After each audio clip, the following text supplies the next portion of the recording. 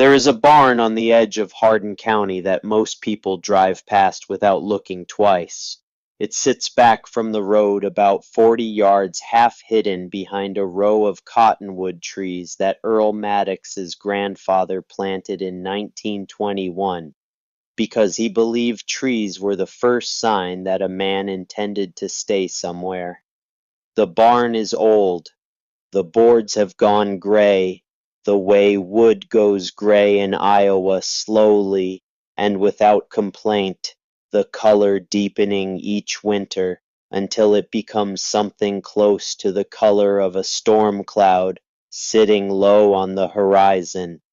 The hinges on the main door are original hand-forged iron that Earl oils twice a year, whether they need it or not, because that is what his father taught him, and his father's father taught him. And in that family, the things worth keeping were the things worth maintaining. Every morning, before he does anything else, before he starts the coffee or pulls on his boots or looks at what the sky is doing, Earl Maddox walks to that barn. He does not hurry. He never hurries. He walks the way a man walks when he knows exactly where he is going and has no interest in arriving before he is ready. The gravel under his feet makes a particular sound in the early morning, a sound that is different from the sound it makes at noon or in the evening, crisper, somehow more deliberate, as if the ground itself is paying attention. He pushes the barn door open and stands in the threshold for a moment, letting his eyes adjust to the interior darkness.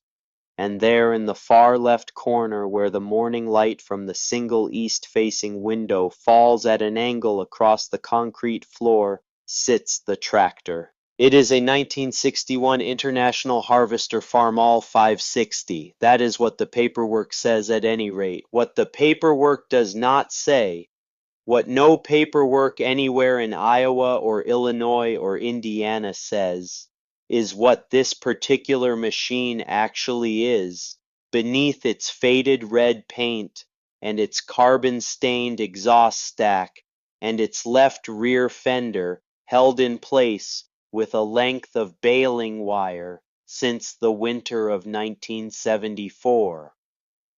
The paperwork does not say that, and Earl has never told anyone, and on the morning of August 18th, 1979, he has kept that secret for 8 years. He walks to the tractor and places his right hand flat against the engine block. It is cool at this hour, the metal having given up its heat to the night air, and he stands there for a moment with his hand pressed against it, the way you might press your hand against the shoulder of someone who does not need words, only presence. Then he steps back, nods once at nothing in particular, and goes inside to make the coffee. This is who Earl Maddox is. He is not a complicated man, but he is not a simple one either. He is the kind of man who is difficult to understand until the moment you understand him completely, and then you wonder how you ever missed it. He was born in the spring of 1935 on the same 280 acres of Hardin County land his family had been farming for 16 years by that point. His grandfather, a man named Clement Weston, who went by Clem and never used 2 words when one would do, had come to Iowa from a failed homestead in Nebraska in 1919 with a wife, 2 children, $40 in his coat pocket, and the particular kind of stubbornness that looks like stupidity from the outside and looks like character from the inside. He had worked as a hired hand for 15 years before he saved enough to buy 160 acres of his own. His son Earl's father had worked alongside him and eventually expanded that to 280 acres, paying off the last loan note in 1950 and burning it in the kitchen stove on a cold February evening, with Earl watching from the doorway, 12 years old, and not quite understanding what he was seeing, but understanding that it mattered. Earl's father died in 1965, leaving him the land and the equipment and the debts, which amounted to nothing because there were no debts. That was the inheritance that mattered most, not the 280 acres, not the machinery, not the farmhouse with its uneven floors and its windows that stuck in the summer humidity. What his father left him was a way of being in the world. You do not owe what you cannot pay. You do not take what you have not earned. You do not speak louder than the work speaks for you. Earl had taken these things to heart, the way some men take religion to heart, not as rules imposed from outside, but as descriptions of something already true about themselves that had simply been given words. He had competed in the Hardin County Fair tractor pull back in the late 1960s when his father was still alive. He had done well enough to know he was capable, not so well that it went to his head, which was not a place it would have gone anyway. When his father died, he stopped entering. It was not grief exactly, or not only grief. It was that the pull had been something he and his father did together, a thing that belonged to a particular time, and that time was over. He put his energy into the land and the machinery and the slow, patient work of maintaining both, and for 14 years that was enough. He never married. There had been a woman once a school teacher from Ackley named Doris, and they had spent 2 years circling around something that might have become a life together, but she had wanted to move to Des Moines, and he had never once considered it, and in the end they had parted without anger, which is sometimes the saddest kind of parting because it means there was nothing to fight for except incompatible futures. After Doris, he did not try again. He was not unhappy. He simply organized his life around different things. He read. He maintained his equipment with a precision that other farmers in the county found either admirable or excessive, depending on who you asked. He drove into Eldora on Saturday mornings for groceries and sat at the counter at Patton's Diner for exactly 1 cup of coffee, speaking to whoever was there returning home by noon. He did not seek company, but he was not unfriendly. He was simply accounted for, already his hours spoken for by the land and the machines that worked it. And there was no resentment in that accounting, only the quiet satisfaction of a man living inside the dimensions of his own character. He had not entered the tractor pull since 1967. That was 12 years. Most people in Hardin County had simply stopped thinking of him as a competitor. He was Earl Maddox, the man with the old Farmall, the man who kept to himself, the man who had not borrowed a dime in his life. That was how they knew him. That was all they thought they knew. Now it is necessary to talk about the secret, because the secret is the spine of everything that follows, and without understanding it, you cannot understand Earl, and without understanding Earl, you cannot understand what happened on the afternoon of August 18th, 1979, and why it mattered for the next 30 years. In the winter of 1971, the Farmall threw a cracked head gasket. This is not an unusual thing. Engines crack gaskets.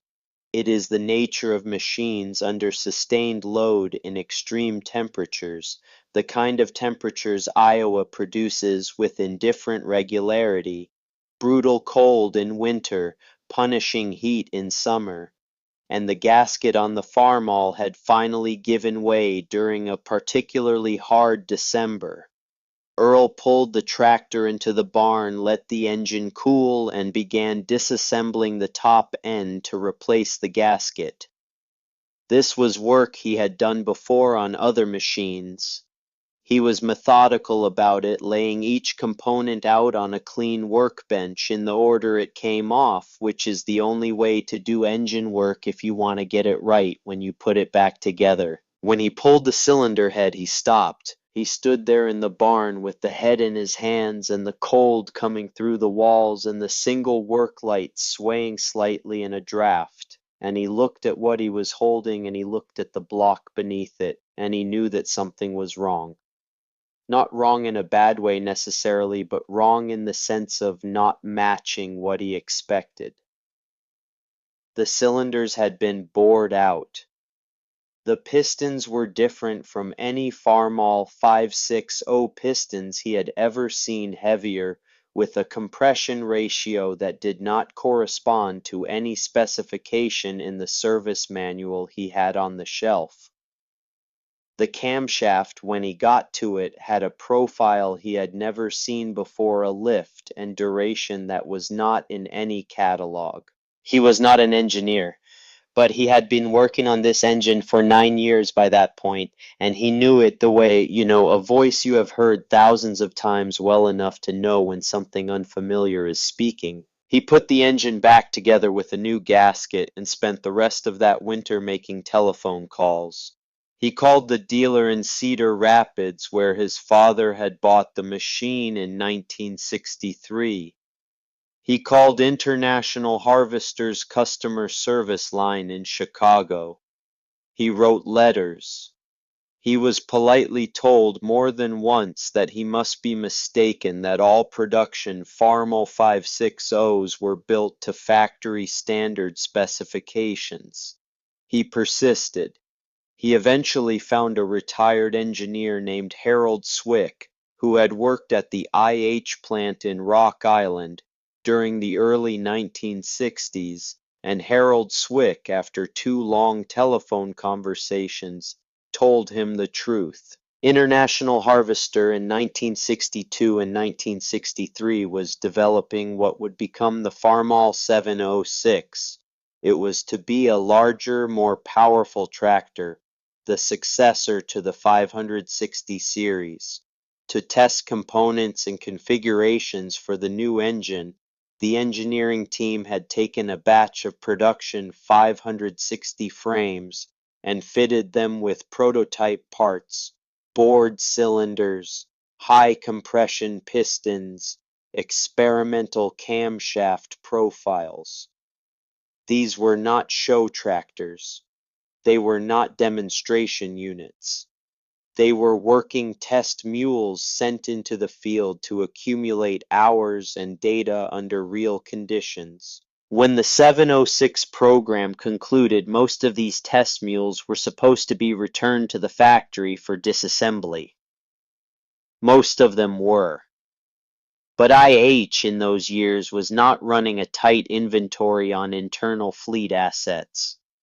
A handful of units had been routed through the dealer network by mistake, sold as used standard 560s, their engineering history unknown to the dealers who sold them and the farmers who bought them. Earl's father had bought one of them in Cedar Rapids in 1963 for $2,800. He had driven it for 2 years before he died and never once suspected it was anything other than what the dealer told him it was. He simply thought he had bought a tractor that ran exceptionally well. The modifications Harold Swick told Earl would have brought the engine output from the standard 60 horsepower to somewhere between 85 and 90 horsepower depending on conditions. It was not a dramatic machine by the standards of the new equipment being manufactured in 1971, let alone what was coming in 1979. It was not going to set any records against a modern turbocharged diesel in ideal conditions, but it was considerably more tractor than it appeared to be. And in a tractor pull where the competition was class-based, and the 560 would be pulling against machines, it had no business being in the same field with those extra horsepower were not nothing. Earl thanked Harold Swick, hung up the telephone, and sat in his kitchen for a long time without moving. He did not tell anyone. There was no one to tell particularly, and no reason to tell them. The tractor pulled what he needed it to pull. It worked the land the way the land needed to be worked. The fact that it was carrying a secret inside its engine block was between him and the machine and no one else. That was how it stayed for 8 years, until August 18th, 1979. Now it is necessary to talk about Harlan Denton, because a story about a man like Earl Maddox only becomes a story when it collides with a man like Harlan Denton, and the collision that happened on that August afternoon had been building for 30 years, even if neither man knew it until the moment it happened. Harlan Denton was 49 years old in August of 1979. He was 6 feet tall, broad through the shoulders, in the way of men who have worked outdoors their whole lives and have never quite lost the physical confidence that comes from that kind of work. He had dark hair going gray at the temples and a jaw that looked like it had been designed to make declarations. He wore boots that cost more than most farmers in Hardin County spent on a month of groceries.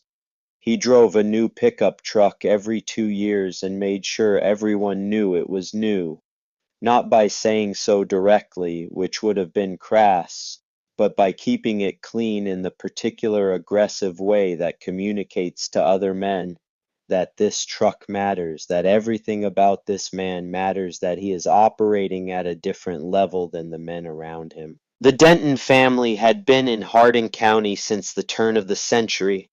Harlan's grandfather had accumulated land the way some men accumulate land during lean times, which is to say he had bought it from men who needed money more than they needed acreage, which is a transaction that can be viewed as opportunism or pragmatism, depending on which side of the desk you are sitting on.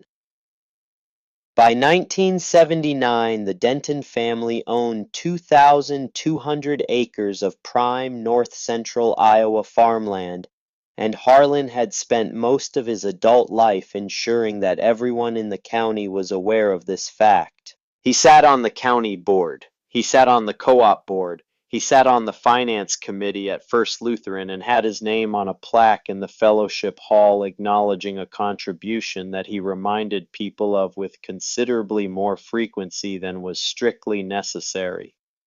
He had won the Hardin County Fair tractor pull in 1976, 1977, and 1978, each time with a newer and more expensive machine, and he had accepted each trophy as though it was confirmation of something he had always known about himself and felt the world was finally catching up to acknowledging. His John Deere 4440, delivered from the dealership in Ames in the spring of 1979, was the machine he had been waiting for. A turbocharged 466 cubic inch diesel putting out over 130 horsepower at the PTO, power shift transmission, factory air conditioning, a sound dampened cab that cost more than $12,000 on its own. The sticker price, not including options, was north of $45,000. Harlan had mentioned the price to at least a dozen different people in the weeks since the delivery, always in a context that made it seem incidental, always with the particular casualness that is not casual at all. He fully expected to win his fourth consecutive title that afternoon. What he did not expect, what no one expected, was the name on the competitor registration list that had appeared that morning at Clara's desk. Earl Maddox. Clara had been the registration clerk at the Hardin County Fair since 1968. She was a sturdy woman in her mid-50s with reading glasses on a chain around her neck and the kind of institutional memory for local names and local history that small Iowa counties produce in certain people who stay put long enough to accumulate it. She had known Earl Maddox since he was in grade school. She had known his father. She knew the Farmall 560 the way you know a car you have seen parked in the same driveway for 15 years. When Earl came to her table at 7:45 in the morning, Entry fee in hand, she looked at the tractor he had driven in and parked in the staging area, and she said what anyone who knew the situation would have said. She said, "Earl, you know this is the open class. You know what you are going up against." He said, "I know." She said that Farmall has to be pushing 20 years old. Close to it. She paused. "It runs fine." He said, "She runs fine." Clara looked at the tractor again, the rust streaks on the hood, the exhaust stack that was more carbon than metal, the baling wire on the left rear fender catching the morning light. She looked back at Earl. She took his $25. He walked back to the staging area and waited. The other competitors began arriving between 8 and 9. There were 15 entries in the open class that year. A pair of case tractors from farmers over in Grundy County who had been talking about this pull since March. An International 1466 that a man named Gerald Burke had spent the better part of the spring preparing, pulling the injection pump and having it rebuilt, adjusting the timing.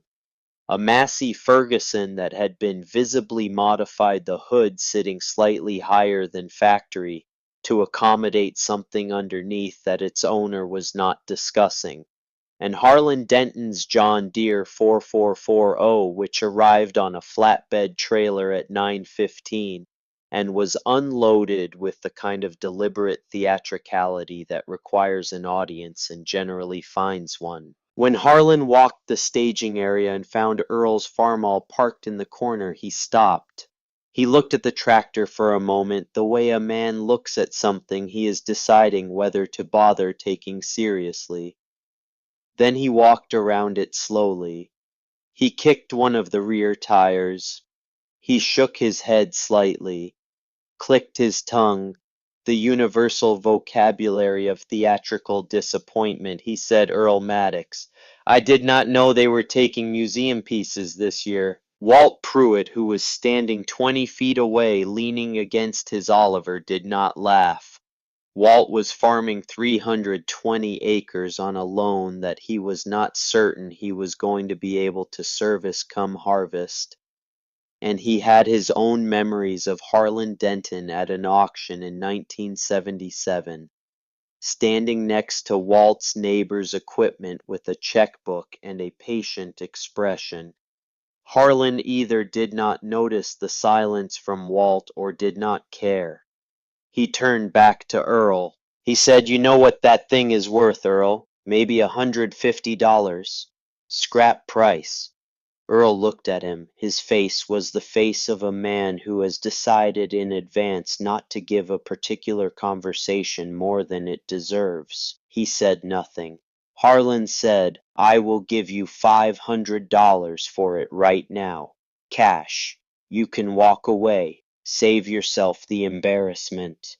I will put it in my barn. Something to show people." Earl said, "It is not for sale." Harlan laughed. He had a laugh that carried. "Not for sale, Earl. In about 3 hours that thing is not going to be worth the diesel in its tank." Earl said, "We will see." He turned and walked back to the water cooler at the edge of the staging area.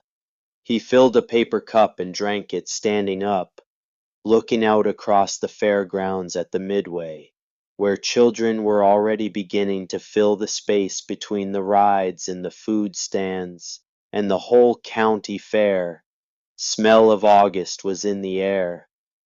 Popcorn and manure and engine oil and cut grass and something sweet that might have been funnel cakes from the stand near the main gate. He had made his decision 3 weeks earlier. He had not made it impulsively. Earl Maddox did not do anything impulsively. He had made it the way he made all decisions, by sitting with it for a long time and examining it from every angle until he understood what it was actually about. He had been thinking about Harlan Denton for a long time, not obsessively, not with anger which was not in his nature, but with the slow, careful attention he gave to problems that needed solving but could not be hurried. He had watched Harlan for years, watched the way he moved through the county, Watch the auctions where he appeared with his checkbook. Watch the way he spoke to men who were struggling, as though their struggle was a confirmation of something he already believed about them. Watch the way he wore his land and his money and his equipment like armor that he had convinced himself made him more than what he was. Earl did not hate him. He had thought about this carefully and concluded that hatred was too simple and too energetic a response to what he actually felt. What he felt was something quieter and more persistent. He felt that Harlan Denton had spent 30 years confusing wealth with worth, and that no one had ever shown him the difference in a language he could not dismiss or rationalize away. Words would not do it. The county board would not do it. The co-op meetings would not do it.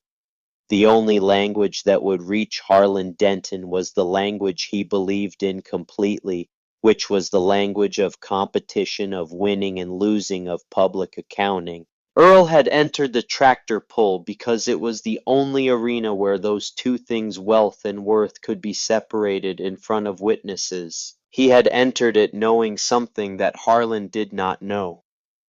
He had entered it with 8 years of patience in his back pocket, and a secret in the engine block of a machine that most people in Hardin County would not have given $200 for at a private sale.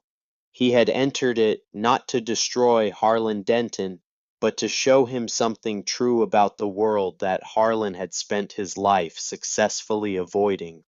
That was all Earl wanted. That was the whole of it. The tractor pull began at 2 o'clock with the lighter divisions. Earl sat in the shade of the cottonwood trees at the north end of the infield and watched the smaller tractors work. The track. Listened to the crowd in the grandstands responding to each pull with the particular rhythms of a fair crowd rising and falling, the burst of enthusiasm for a good run, the collective groan for a short one. He ate a sandwich he had brought from home. He drank water from a thermos. He did not speak to anyone except to exchange brief greetings with Walt Pruitt, who came and sat beside him for a few minutes in the early afternoon. Walt said, "You sure about this?" It was not a question, but Earl answered it anyway. He said, "I am sure." Walt looked at the Farmall parked 20 yards away in the staging area. He looked at it the way a man looks at something he is trying to decide whether to trust. Then he nodded once and got up and walked back toward the grandstands. By 3:30 the afternoon heat had settled in fully. The temperature was in the low 90s. The air had the thick, still quality that Iowa air gets in August when there is no wind, when the heat just sits on everything like a weight. The shadows from the cottonwoods had shortened and hardened.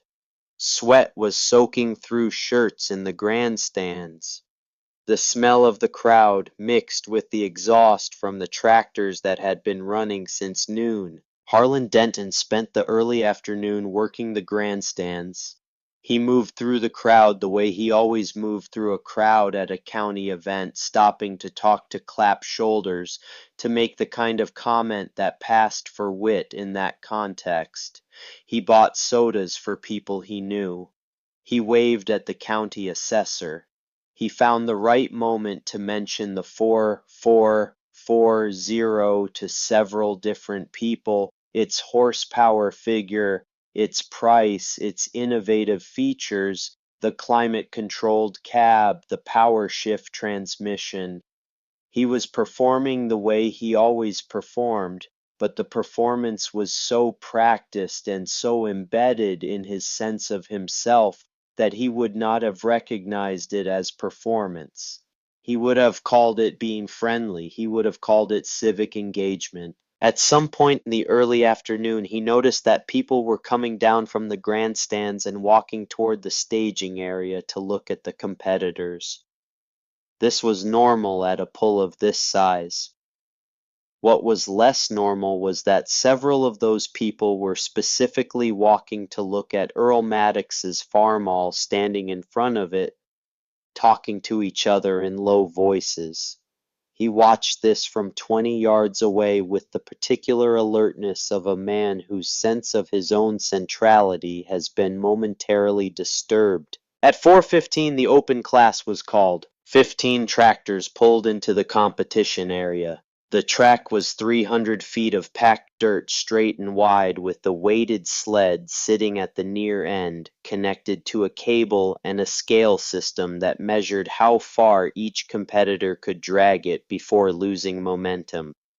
The sled worked by transferring its weight forward as it moved a mechanical progression that made each additional foot of distance exponentially harder to achieve. The physics of it were simple. The execution was not. The crowd in the grandstands numbered just over 2,000 at this point. The fair had drawn well that year. The August heat had not kept people home the way some years it did. The grandstands were full along their full length, and people were standing 3 deep along the infield fence. Earl drew the 8th starting position. Harlan drew 12th. The first 7 competitors ran their pulls. The distances ranged from 187 feet on the low end to 300 feet for the International 1466, which Gerald Burke had prepared with the rebuilt injection pump, and which earned a full pull and a roar from the crowd that could be heard in the parking lot. One of the case tractors also ran a full pull. The Massey Ferguson fell short at 264 feet, its modified engine not delivering what its owner had hoped. The crowd was engaged, enthusiastic, working through their programs and their conversations and their late afternoon sodas with the particular pleasure of watching something they understood and cared about. Then the announcer said Earl Maddox, Eldora, Iowa. 1961 Farmall 560. There was a murmur through the grandstands, not laughter exactly, more a kind of collective intake of breath, a shared moment of doubt or confusion, the sound a crowd makes when something unexpected appears that it has not yet decided how to process. A few people laughed, but most did not. Most simply looked. Earl climbed up onto the Farmall. He settled himself on the seat the way he settled himself on that seat every single morning of the farming year without ceremony, with the complete ease of long familiarity. He turned the key. The engine caught on the first revolution, and the sound it made when it caught was not the sound that most of the crowd expected. They expected the rough, reluctant idle of an old engine with worn tolerances and tired valves. They expected the mechanical resignation of a machine that had been worked too hard for too long. What they heard instead was a sound that was deep and steady and authoritative, a sound that was somehow larger than the machine it was coming from.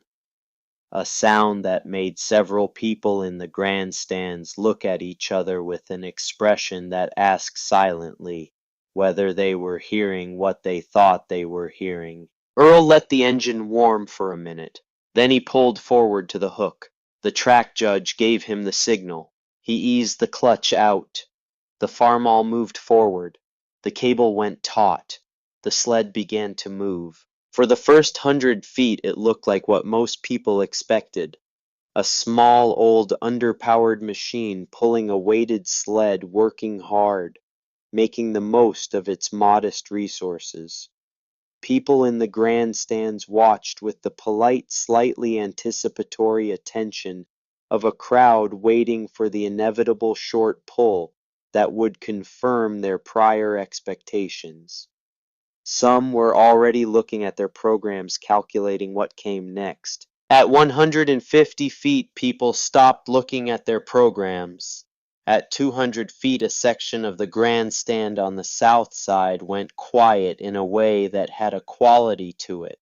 Not the quiet of disinterest, but the quiet of people who have stopped talking because they are now paying full attention.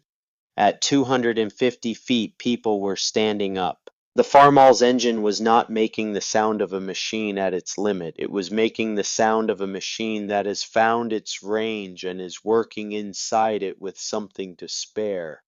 The exhaust stack was shooting black smoke in the cadenced bursts that indicate an engine under load, but the rhythm of the smoke was steady and even, not the desperate, uneven firing of an engine about to quit. The rear tires were digging into the track, throwing arcs of displaced dirt out behind them, and the tractor was moving not fast, but moving with a consistency that was beginning to communicate something to the crowd that they had not anticipated communicating. At 275 feet, the sound from the grandstands had become something distinct and directionless. The sound of 2,000 people reacting to something simultaneously without having agreed to react. At 300 feet, the Farmall crossed the line. Full pull. What happened next in those grandstands was not orderly. It was not the measured, appreciative response of a crowd that had predicted what it was seeing. It was the eruption of people who have been surprised completely, who have seen something that contradicts what they were certain they understood, who are processing the gap between expectation and reality in the only way available to them in that moment, which is loudly and all at once. People were on their feet, people were pointing, people were turning to the person next to them and saying something, the same thing, some variation of the same thing, which was an expression of disbelief made audible. Earl Maddox drove the Farmall back to the staging area. He shut the engine down. He climbed off the tractor. He walked to the water cooler and poured a cup of water and drank it standing up, the same way he had drunk water all afternoon. He did not look at the grandstands, he did not look at the scoreboard, he did not look at the other competitors. He looked at a spot on the ground in front of him, or at nothing in particular, which amounted to the same thing. He had known what the machine would do. He had known it for 8 years. He did not need confirmation from a scoreboard. Harlan Denton was standing 20 feet away when Earl returned to the staging area. He had come down from the grandstands at some point during the pull. He was standing very still. The expression on his face was the expression of a man who has just encountered information that his entire framework for understanding the world has no category for. It was the expression of a man who has not yet begun to adjust because the adjustment required is too large and too fast to begin in the moment. He was not smiling. This was notable in a way that several people in the staging area registered and remembered later because Harlan Denton was almost always smiling in public, the practiced, confident smile of a man who has decided that smiling is part of how power presents itself to the world. The absence of that smile was like the absence of a sound you have heard so consistently you have stopped registering it as a sound until it stops. He looked at Earl. He looked at the Farmall. He looked at the scoreboard where Earl's distance 300 feet full pull was posted next to the name Maddox, and then the announcer called his name. Harlan Denton, Eldora, Iowa, 1979 John Deere, 4440. The grandstands responded. It was genuine, the response, a recognition of the machine, if not of the man, because that John Deere was what most of the people there thought of when they thought of what a serious tractor looked like. It was green and clean and enormous, sitting on tires that were taller than most of the children in the crowd, radiating the particular authority of new machinery that has not yet been used hard enough to acquire any humility. But Harlan did not go to his machine yet. He turned and looked at Earl, And what he saw was a man standing with a paper cup of water looking at nothing, demonstrating in every line of his posture and every angle of his stillness the complete indifference of a man who already knows what the afternoon is going to bring. That was when Harlan Denton reached into his jacket pocket and pulled out his money clip. He turned to the crowd. His voice when he found it was loud. It was the voice he used on the county board when he wanted a motion to carry. It was a voice practiced in the art of filling a room, filling a space, making itself the largest thing in the available air. He said $10,000. $10,000 says that machine does not make it halfway down the track in the finals. The staging area went quiet. The quiet spread outward into the crowd near the infield fence, and then upward into the lower sections of the grandstands as people turned to look and the information moved through the crowd, the way information always moves through crowds imperfectly and rapidly. Harlan held up the money. Bills. Cash. It was theatrical, and he knew it, and he did not care because this was what he did when the situation required recalibration. He made it large. He made it public. He made it something that was going to have to be resolved in front of witnesses, because witnesses were where he was most comfortable, where the weight of his presence and his money and his 30 years of accumulated authority in this county could do their proper work. Earl Maddox looked at Harlan Denton. He looked at the money, he looked at the grandstands, at the 2,000 people who were watching this unfold with the specific attention of people who understand that they are witnessing something that is going to be talked about. The kind of moment that a county stores in its collective memory and retrieves at diners and co-op meetings and church suppers for years afterward. He looked back at Harlan, and he said 4 words. I will take that. The crowd did not laugh.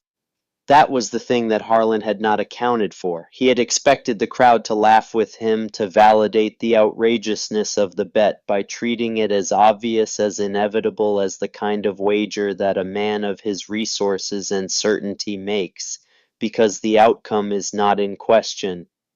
He had expected the laughter to do the work of establishing in front of everyone that what was happening here was a formality, that the Farmall was already beaten, that Earl Maddox was already embarrassed, that the only question was how far short of his expectations the old machine was going to fall. Instead, the crowd went still. Walt Pruitt, standing at the infield fence, did not laugh.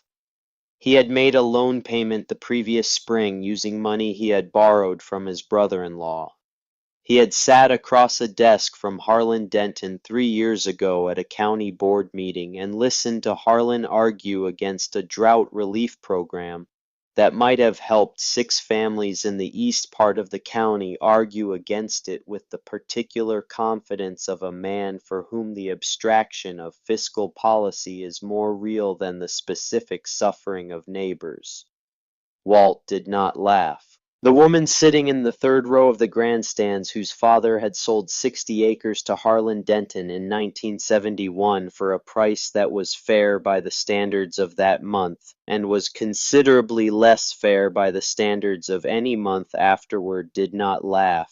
The man 3 seats down from her, who had been at the same auction in 1975 where Harlan Denton had purchased a neighbor's equipment at prices that the neighbor described afterward as feeling like the ground was taken out from under him, did not laugh. There was in that moment a reckoning happening in the grandstands of the Hardin County Fair that had very little to do with tractors. There was a crowd of people who had spent years experiencing Harlan Denton as a fact of the landscape, as weather, as something you accommodated because it was too large and too permanent to argue with. And now they were watching a man in worn boots and a faded work shirt stand in a staging area next to a rusty machine and say 4 words that made the whole question suddenly open again. I will take that. Harlan looked at Earl. His jaw was set. His hand was still holding the money clip. Something moved across his face, a calculation, a reassessment, something that was not quite doubt but was adjacent to doubt, close enough that it had the same shape. Then it passed. He had spent 49 years being certain of himself. Certainty was not a habit you broke in a moment. He nodded. Done, he said.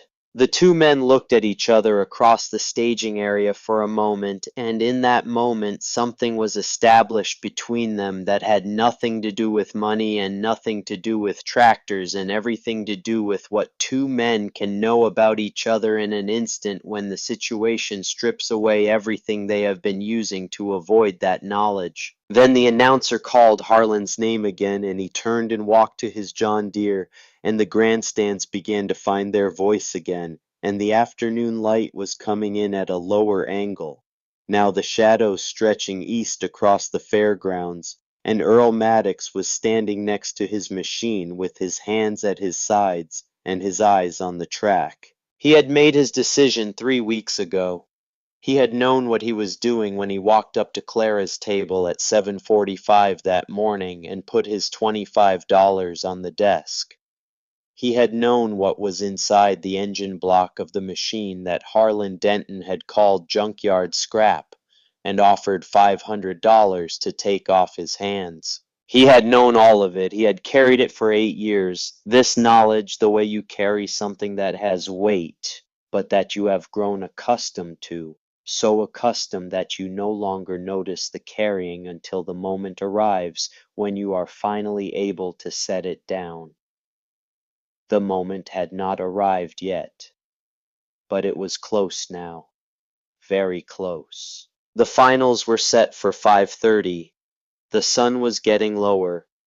The heat was beginning to break, barely just the first suggestion of evening coming in from the north. The crowd had settled back into its seats, and the hum of the fairgrounds had returned the midway, and the food stands and the animals in the exhibition barns all contributing their particular frequencies to the August afternoon. Earl Maddox stood beside his Farmall 560 and waited. He had never been a man in a hurry. He was not about to start now. The finals began at 5:30 as promised, with the sun dropping toward the tree line to the west, and the shadows of the grandstands falling long and cool across the infield. The temperature had come down perhaps 4 degrees from the peak of the afternoon, which was not enough to call relief, but was enough to remind people that the day was moving, that the heat was not permanent, that the particular suspended quality of a hot Iowa August afternoon eventually resolves into something more bearable if you wait long enough. 8 tractors had made the cut from the opening round, both case machines from Grundy County, Gerald Burke's International 1466, which had posted its full pull early and drawn the loudest sustained response of the preliminary round. The modified Massey Ferguson, which had fallen short of its owner's hopes, but had pulled far enough to advance. 2 other machines from the field that had run solid distances without drama.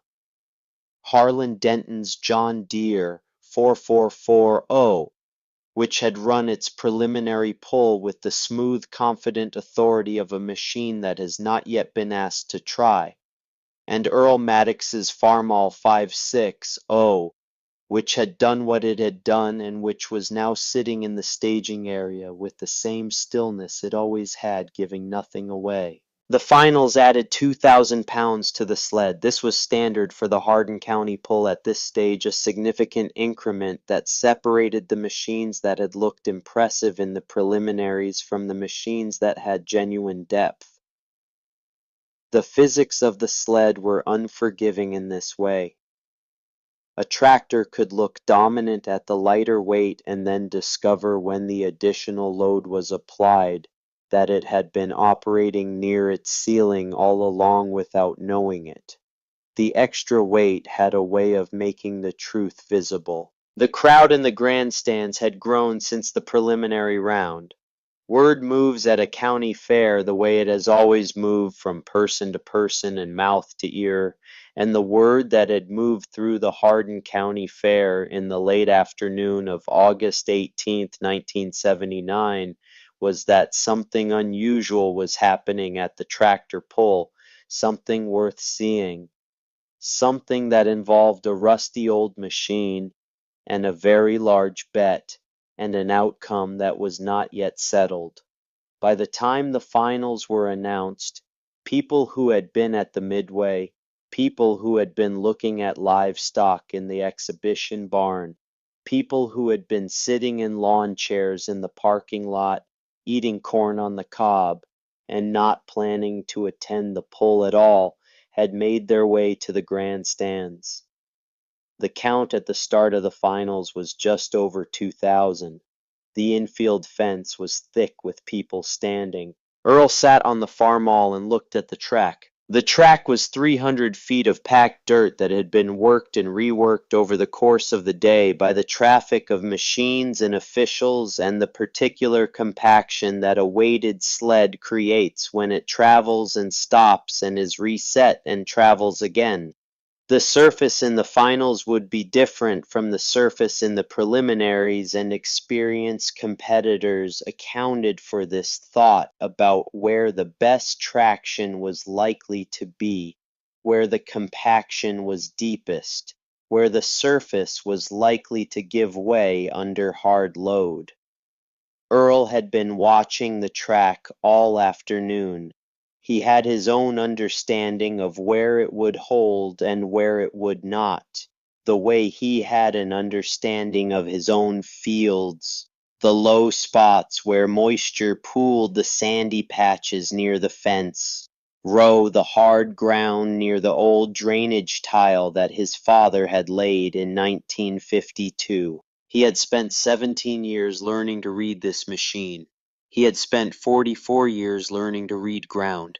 These were the things he had brought to the starting line, and no amount of factory air conditioning or power shift transmission or $45,000 price tags changed the value of what he carried. The first four competitors ran their pulls. The distances were as follows. The first case tractor pulled 235 feet before the sled stopped its forward movement and the tractor's tires spun in place without gaining ground. The second case pulled 251 feet, a solid run that drew genuine appreciation from the crowd. Gerald Burke's International 1466, which had been the co-favorite going into the finals alongside Harlan's John Deere, pulled 247 feet, 4 feet short of its full pull in the preliminaries, the heavier sled having found the ceiling that the lighter weight had concealed. The Massey Ferguson pulled 268 feet, the best of the first four, drawing a response from the grandstands that acknowledged its owner's modified engine had found something useful after all. Then they called Earl's name. He heard it the way he heard most things at a distance from himself clearly, but without the kind of internal response that changes how you breathe or how you sit or how your hands feel on the wheel. He had been listening to his own name called at various points of significance throughout his life, and had never found a satisfactory reason to treat it as a signal to become someone other than himself. He eased the Farmall forward to the hook point. The track judge connected the chain. Earl gave the engine a moment listening to its note, feeling through the seat and the wheel the particular communication a machine makes when it is ready, the way a settled breathing sounds different from a held one. The flag came down. He brought the clutch out in the specific way he had developed over years of working this machine, hard, not dumping it, not feathering it excessively, finding the narrow window between those two approaches where the power transferred to the ground in the most efficient way the mechanical system allowed. The Farmall moved forward. The chain went taut in the first instant, and then the sled began its movement slower than in the preliminaries because the weight was different, because the physics were different, but moving steadily. At 100 feet, the sled was heavy in a way that translated through every component of the drivetrain as a constant increasing demand, a demand that communicated itself through the sound of the engine and the behavior of the rear tires, and the feeling in the seat that experienced operators know as the tractor talking, telling you what it is, experiencing telling you what it needs. Earl listened. He had been listening to this machine for 17 years. He heard things in its operation that no one else present could have heard, because no one else present had spent 17 years learning its vocabulary. At 150 feet, the tires on the Farmall were working harder. The track surface in this section of the pull had been compressed differently by the earlier machines, and the ground was giving slightly under load in a way that cost traction, the rear tires having to work through a brief spin before finding purchase again. Earl felt it before it happened the way you feel the beginning of a slide before the tires have actually broken loose, and he made the small, precise adjustments that 17 years of experience had given him access to, shifting his weight, modulating the throttle in increments, small enough that they would not have been visible from the grandstands, but were large enough to keep the machine working at its most efficient point. At 200 feet, the crowd was standing again. He could feel this without looking at them. There is a change in the ambient sound of a crowd when it comes to its feet, something that is more than volume, a frequency shift, a change in the quality of the noise that is distinguishable even over the sound of a working diesel engine and the mechanical protest of a sled being dragged across packed dirt. He did not look at the grandstands. He looked at the track ahead of him, and at the marks on the ground that indicated distance, and at the behavior of the machine underneath him, which was telling him things that required his full attention. At 250 feet, the sled was approaching the weight transfer point where the mechanical progression of the system made each additional foot of distance significantly harder than the one before it. This was where the pull was actually decided, not in the first 100 feet where momentum and initial power were the primary factors, but here in this narrow window where the sled was at its most demanding and the tractor was at its most committed, and the outcome was genuinely in question. Earl could hear the engine working at a register that was different from its lower load sound. A deeper, more urgent note, still rhythmic, but carrying more of itself into each revolution. He had heard this sound before many times in the fields when the discs were running through ground that had been too dry for too long, when the cultivator was fighting root systems that had gone deep after a summer with too little rain. The machine had been here before.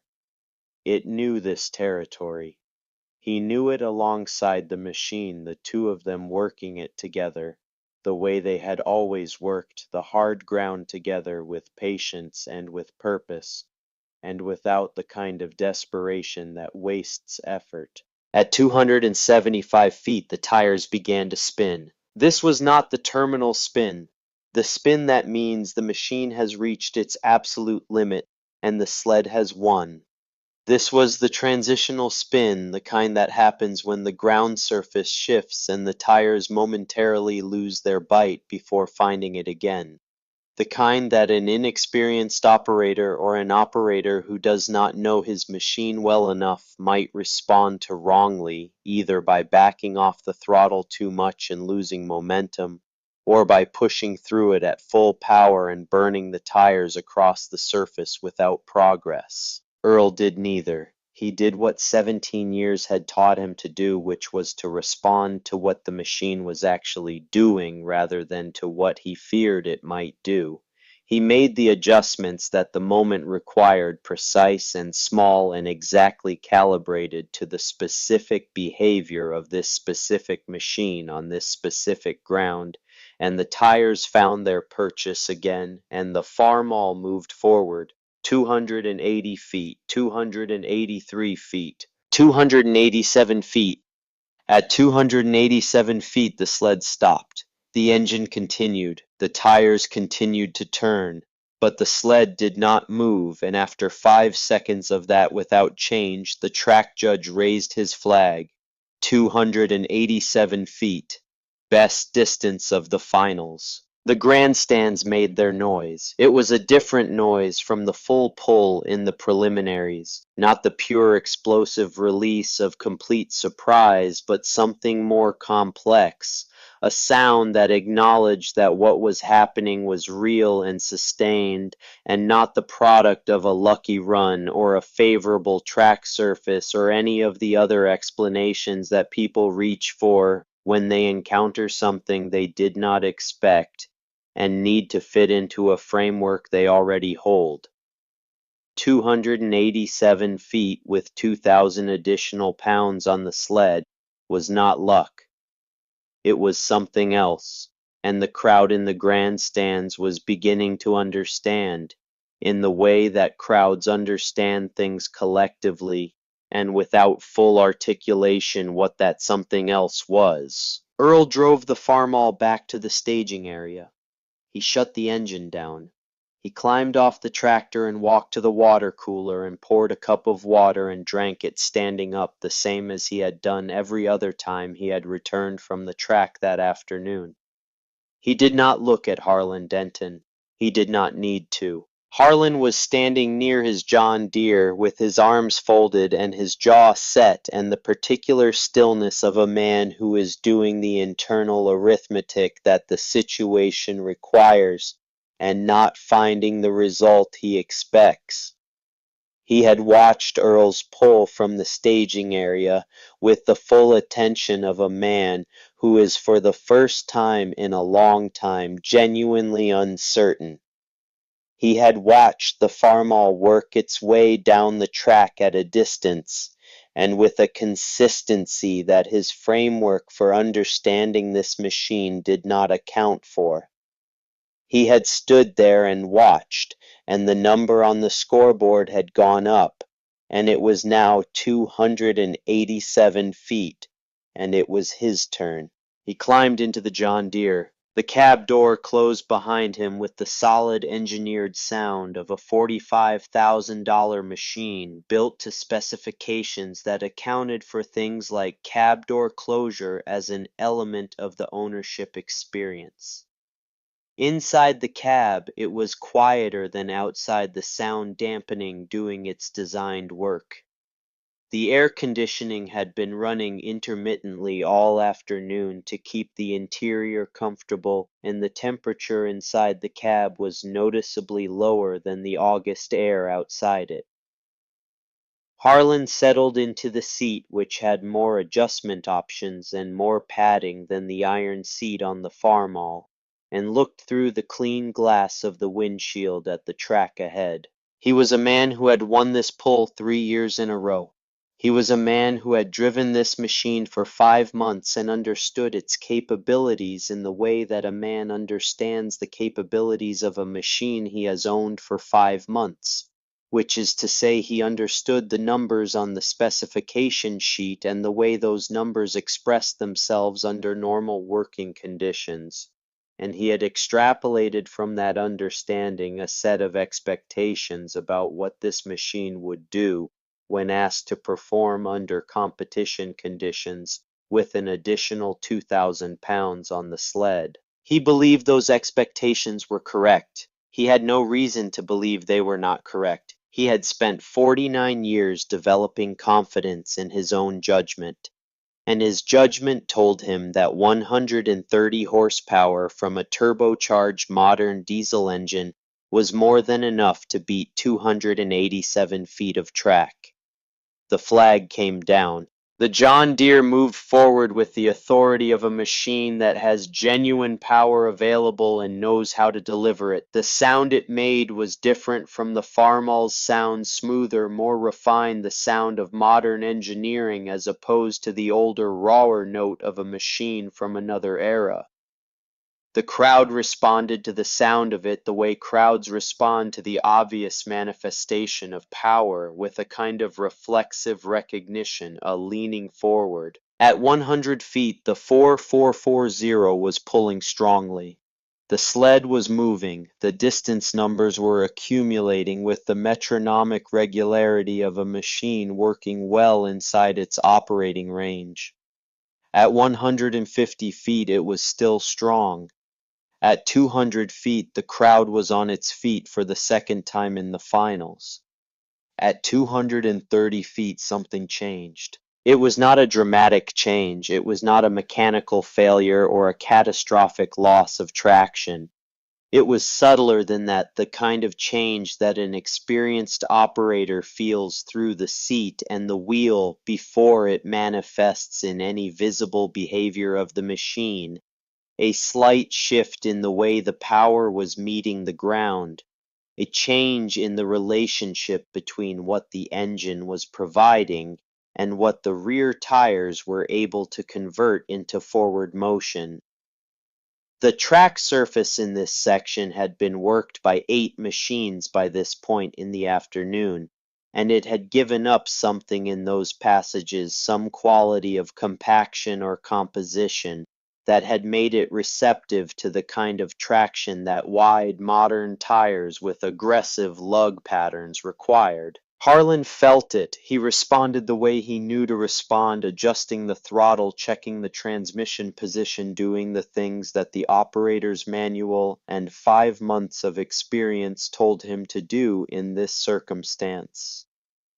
The machine responded.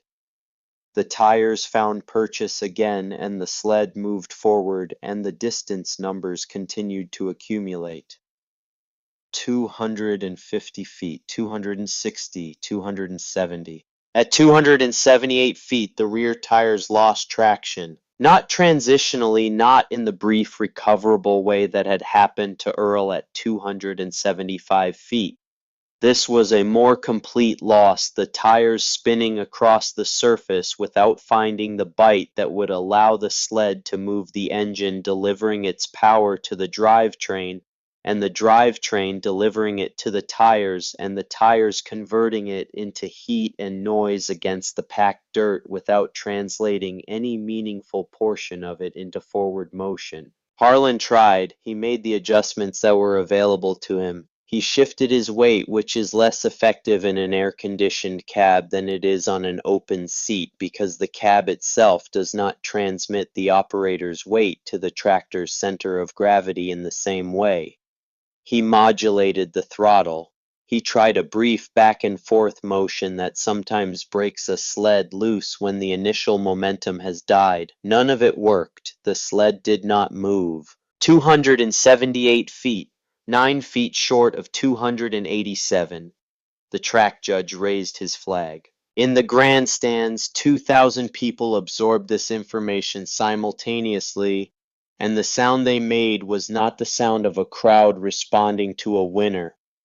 It was the sound of a crowd responding to something more complicated than winning and losing, the sound of people processing an outcome that confirmed something they had perhaps felt but not articulated, that made visible something that had been operating below the surface of the afternoon and the day and the years preceding the day. Harlan Denton sat in his John Deere 4440 and looked at the track ahead of him through the clean glass of the windshield. The remaining 2 competitors ran their pulls. The first pulled 261 feet. The second pulled 274 feet. Neither reached 287. The scoreboard did not change at the top of the column. When the announcer read the final results, there was a clarity to the numbers that no amount of subsequent conversation or revision could alter. Earl Maddox, Eldora, Iowa, 1961, Farmall 560,287 feet. First place, Harlan Denton, Eldora, Iowa, 1979. John Deere 4,440,278 feet. Second place, 9 feet. That was the distance between them. 9 feet of packed Iowa dirt on a hot August afternoon in front of 2,000 witnesses. The trophy was a thing that had been made by a local fabricator, sheet metal and a wooden base with a small engraved plate, the kind of trophy that looks exactly like what it is, which is the product of a county fair budget and a local craftsman doing his best with available materials. Earl accepted it from the fair committee chairman with the same expression he had worn all afternoon, which was no particular expression at all, just the face of a man receiving something that he had come to receive, and that required no performance on his part. Then he walked across the staging area to where Harlan Denton was standing. Harlan had not left. This was worth noting. He had every social mechanism available to him that would have allowed him to leave to find somewhere else to be while the results were announced, to return after the crowd had dispersed and settle the matter in private. He had not used any of them. He was standing next to his John Deere with his arms at his sides and his jaw set and that expression on his face that had replaced the smile sometime during Earl's preliminary pull and had not departed since. Earl stopped in front of him. He did not say anything immediately. He looked at Harlan for a moment in the way that a man looks at another man when he wants to be certain that what he is about to say is going to land in the right place, that the moment is correctly constituted for the communication he intends. Then he said, "I will take that 10,000 now." It was quiet enough in the immediate vicinity at that moment that several people standing within 20 feet heard it clearly. And those several people told several other people, and within a relatively short time the story of those 6 words and what came after them was part of the county's permanent record. Harlan looked at Earl. His jaw tightened. Something moved across his face. Several things moved across his face in rapid succession. Anger and calculation, and something that might have been the earliest, least welcome signal of shame, the kind that arrives before you are ready for it and does not care whether you are ready.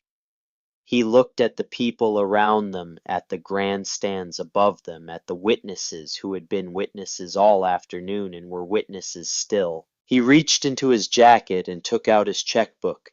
He wrote a check for $10,000. He handed it to Earl without looking at him. Earl took the check. He looked at it briefly the way you look at something to confirm it says what you expect it to say. Then he folded it once and put it in his shirt pocket. He nodded once. He walked back to the Farmall. He did not smile. He did not speak to anyone on the way back to the staging area. He did not look at the grandstands where people were talking and pointing and processing the afternoon in the collective way that crowds process the afternoons they are going to talk about for years. He walked back to his machine and he started the engine and he drove it out of the fairgrounds down the county road that led back toward his farm at the same pace he drove everywhere, which was not slow and was not fast, and was exactly the pace of a man who knows where he is going and has no interest in performing the knowing. The check for $10,000 sat in his shirt pocket the whole way home. When he got back to the farm, he parked the Farmall in the barn. He stood in the barn for a moment with the evening light coming through the east-facing window at the particular angle it came through at that hour in August, falling across the concrete floor and the side of the tractor in the long golden way that evening light in Iowa falls in August, which is one of the things about Iowa in August that People who have lived there all their lives take for granted, and people who have never lived there cannot quite believe when they first see it. He placed his hand on the engine block. It was warm from the afternoon's work. He said nothing. He simply stood there with his hand against the metal for a moment, and then he nodded once and he went inside. The $10,000 check went into the savings account at the Hardin County Bank on Monday morning without ceremony.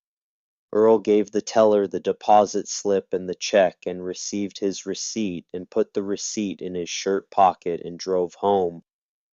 That was the whole transaction. He did not celebrate.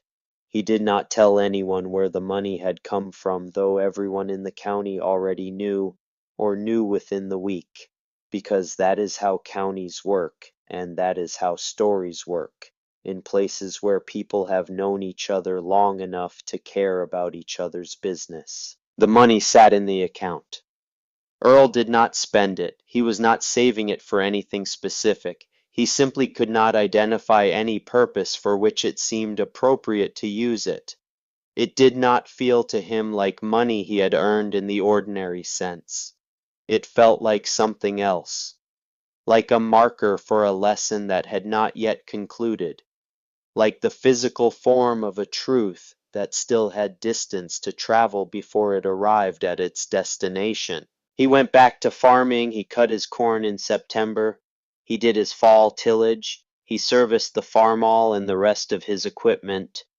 When the season ended the way he always did, methodically and without shortcuts, because shortcuts in equipment maintenance are a form of borrowing against the future that he had no interest in. In October, he drove into Eldora on Saturday morning as he always did, and he sat at the counter at Patton's Diner for his 1 cup of coffee, and the talk at the counter was what the talk at the counter in Hardin County in October of 1979 was, which included, among other things, the news that Harlan Denton had purchased 400 additional acres of farmland in the eastern part of the county. The price, according to the talk at the counter, was $2,600 per acre.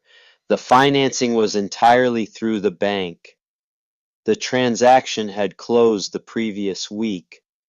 Earl listened to this information the way he listened to most information, which is to say completely and without visible reaction. He finished his coffee. He paid his bill. He drove home, but he sat in the kitchen for a long time after he got back. He sat at the same table where he had sat in the winter of 1971 and processed the information about his Farmall where he had sat in 1965 after his father's funeral and taken stock of what he had and what it required of him. He sat at this table the way men sit at the tables where the significant thinking of their lives gets done with both hands flat on the surface and his eyes on something that was not in the room. Harlan Denton had just done the thing that Earl had feared he might do. He had responded to the loss, to the humiliation, to the afternoon at the county fair that had stripped something from him in front of 2,000 people, not by accounting for it. Honestly, not by asking himself what it meant or what it revealed, but by doubling down on the very thing that had gotten him into trouble in the first place. He had gone out and bought more land. He had gone further into debt. He had made himself larger on paper in the weeks after being made smaller in public because that was the only response available to a man whose entire sense of himself was constructed out of visible accumulation. Earl understood what this meant. He had grown up in Hardin County. He knew something about the mathematics of farming and about the economics of land purchased at the peak of a market with borrowed money at the interest rates that were prevailing in the autumn of 1979. He knew that those interest rates were not stable. He knew that land values had been running ahead of any reasonable projection of agricultural productivity, and that markets that run ahead of fundamentals eventually return to them.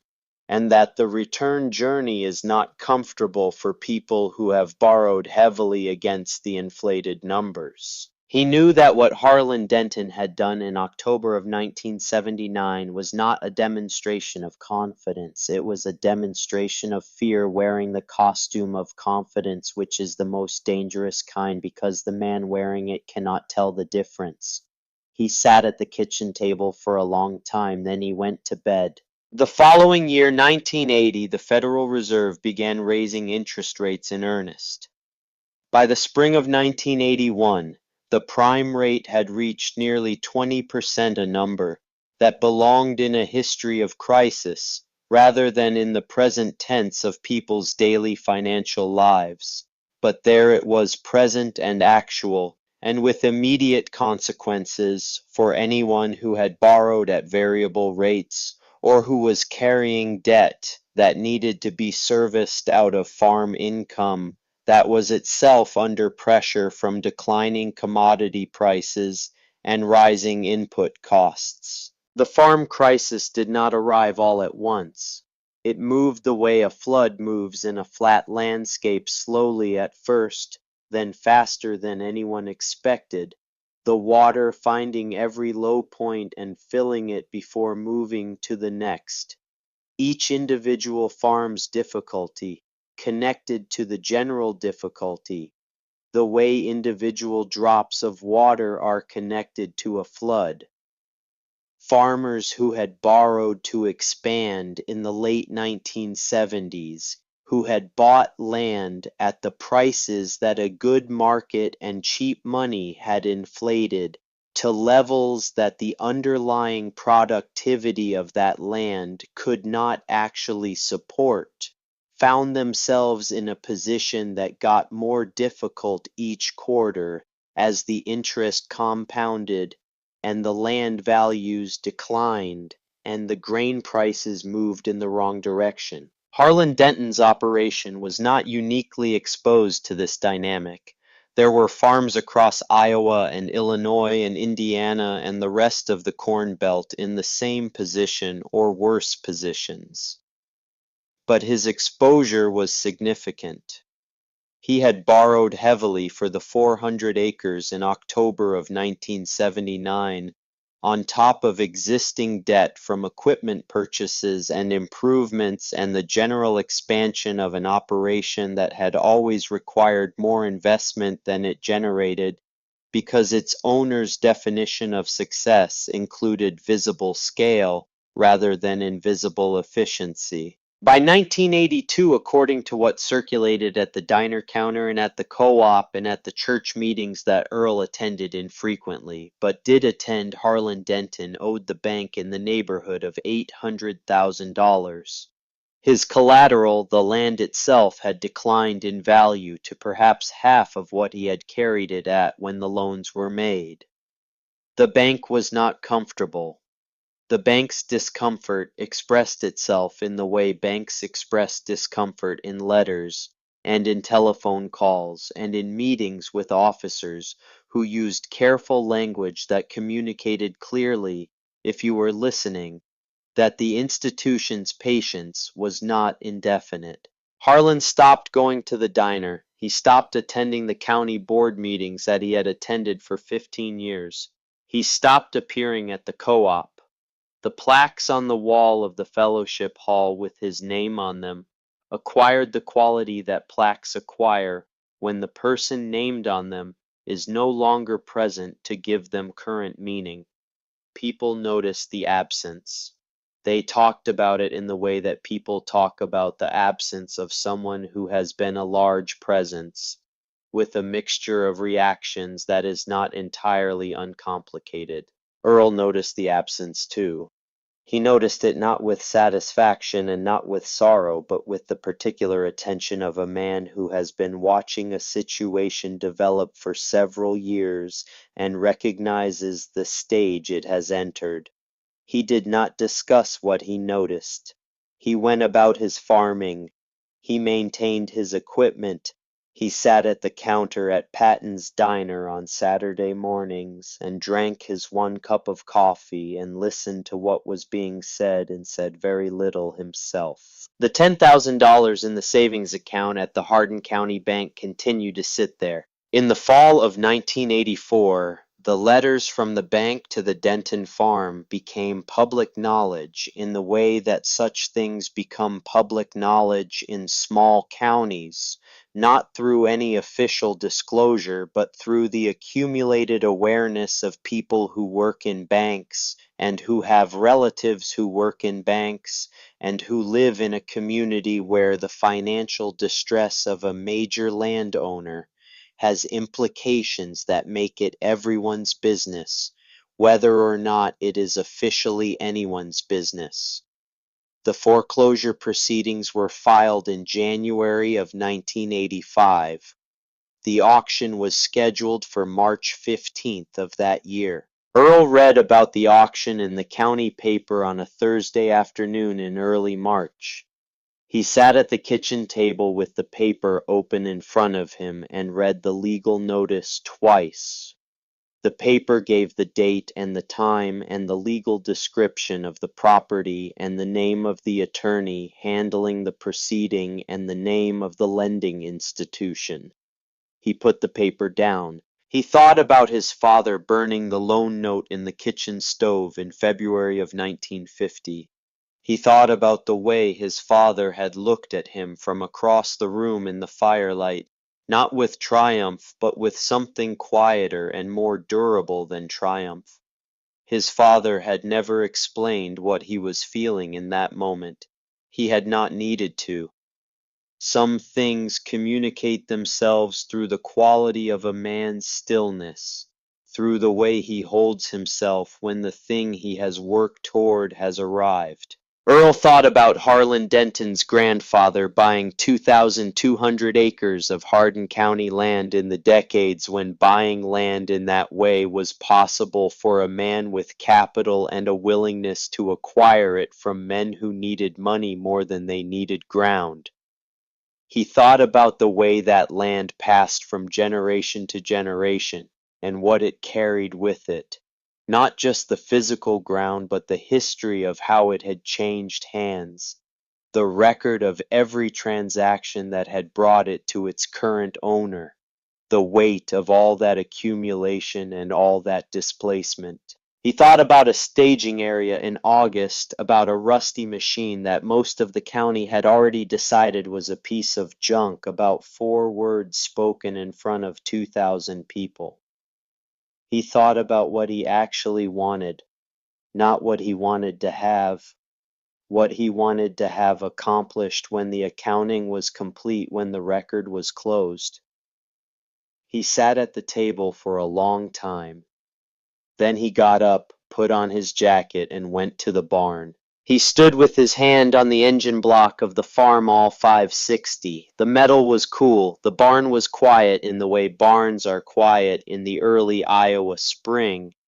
That particular quiet that has winter still in it, the cold and the bare fields and the bare trees, but that has also the first very faint quality of something approaching the imperceptible tipping of the season toward what comes next. He had made up his mind before he put his hand on the engine block, but the gesture was something he did anyway, had always done the way you confirm with the body what the mind has already decided.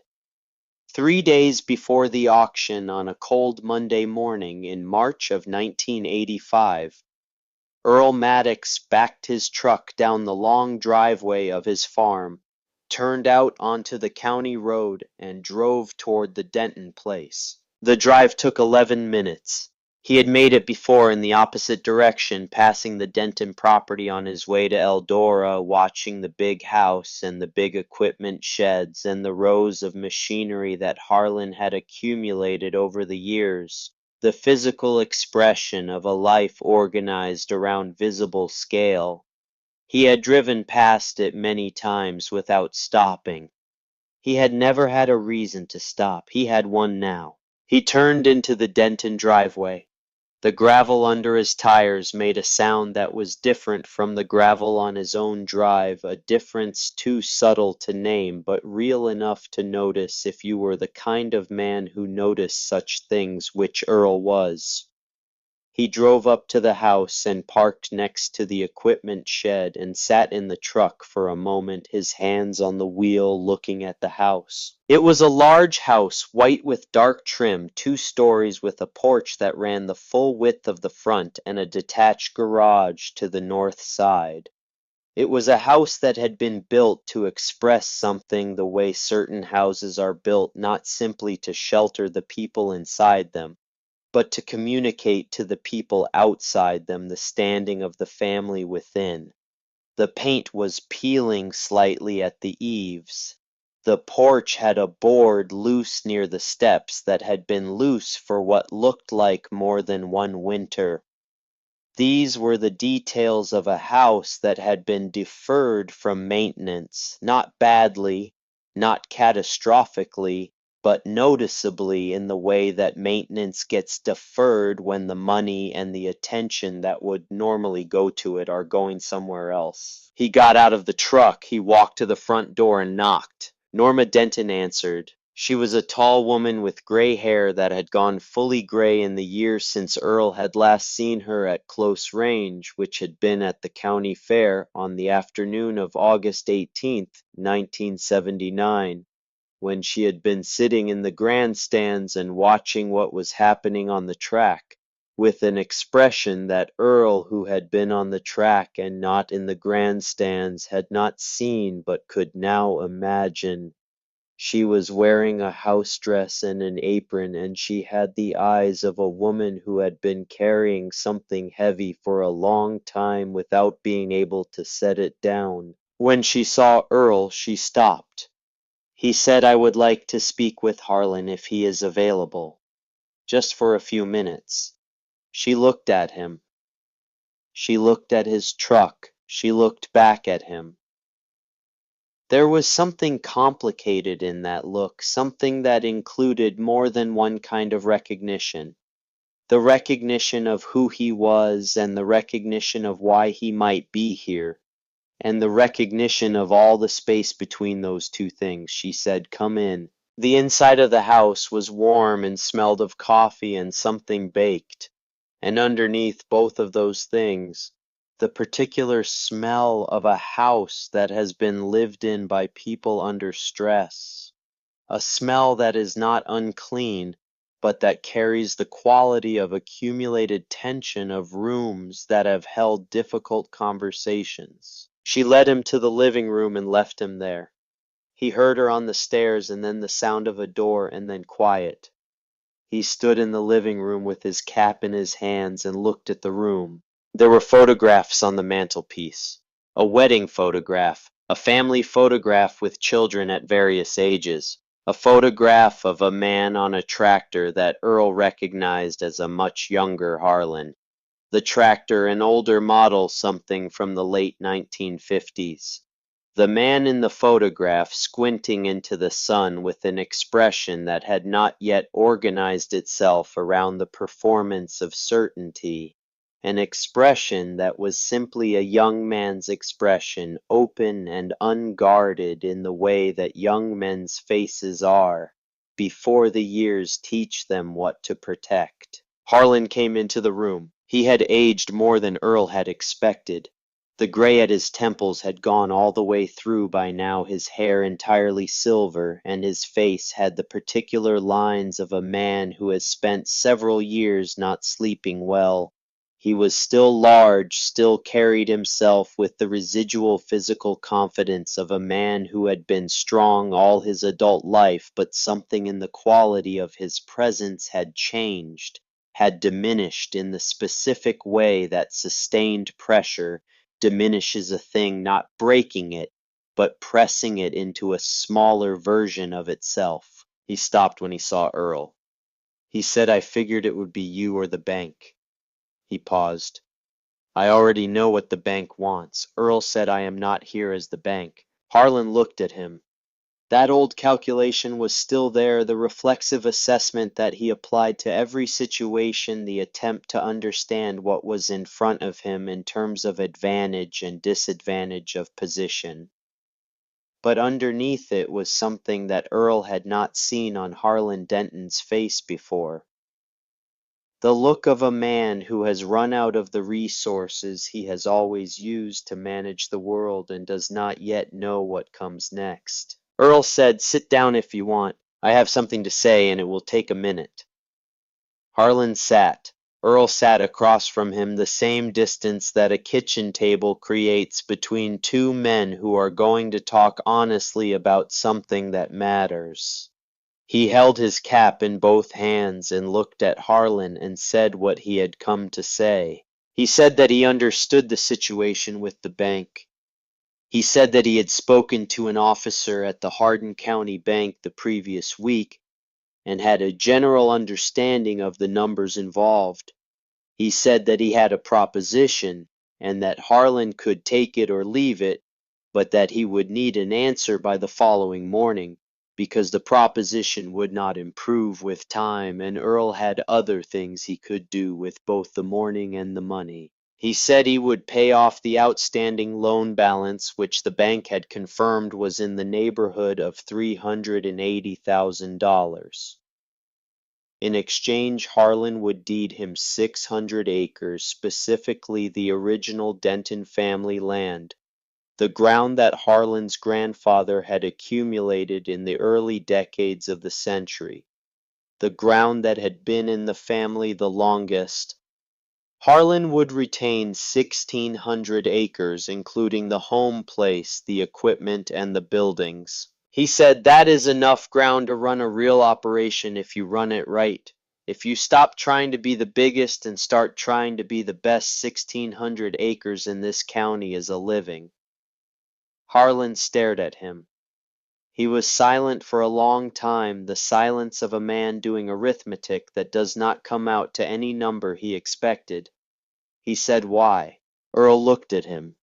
He looked at the photograph on the mantelpiece, the young man squinting into the sun on a tractor before the performance of certainty had organized itself. He said, "Because that day at the fair was not about winning, it was never about the money. It was about the fact that you looked at me and you looked at that machine and you decided that what you saw was the whole of what was there. You decided that a man who did not have what you had was less than what you were. I wanted you to see that you were wrong." He paused. "I have seen it," he said. "We are done with that. What I do not want, what I did not come for that morning at the fair, and what I am not here for today, is to watch you lose the land your family built. That is not what the lesson was supposed to cost." Harlan was quiet for a long time. The house was quiet around them.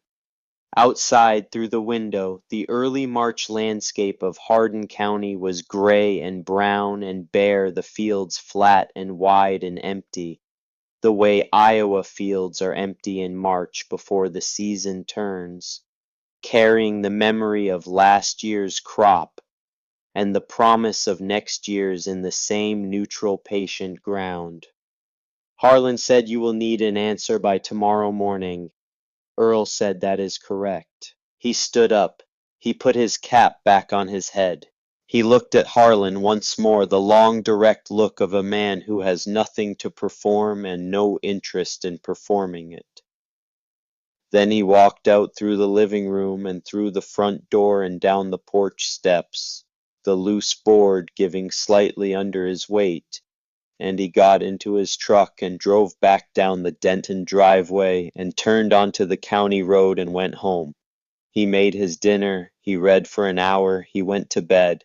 In the morning before he went to the barn to start his day, the telephone rang. The telephone rang at 6:40 in the morning, which was late by Earl Maddox's standards. He had already been to the barn. He had already placed his hand on the engine block of the Farmall and stood in the early March quiet and listened to the barn settle around him in the cold. He had already made his coffee and eaten his breakfast and washed his one plate and his one cup. and set them in the drying rack beside the sink.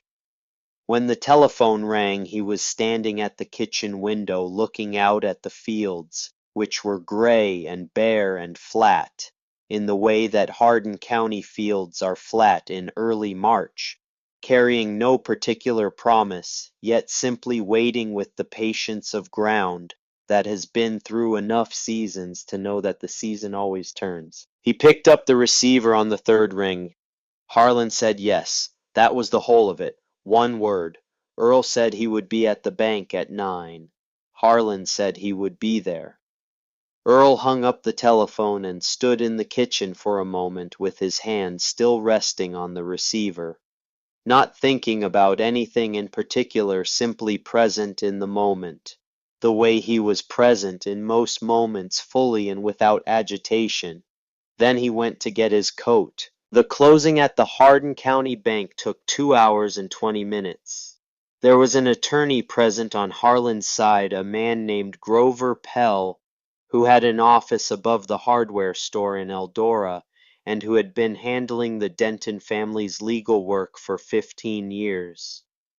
There was a loan officer from the bank named Raymond Schiff, who had the manner of a man who has presided over a great many difficult transactions and has learned to bring to them a professional neutrality that is not unkindness, but is also not warmth.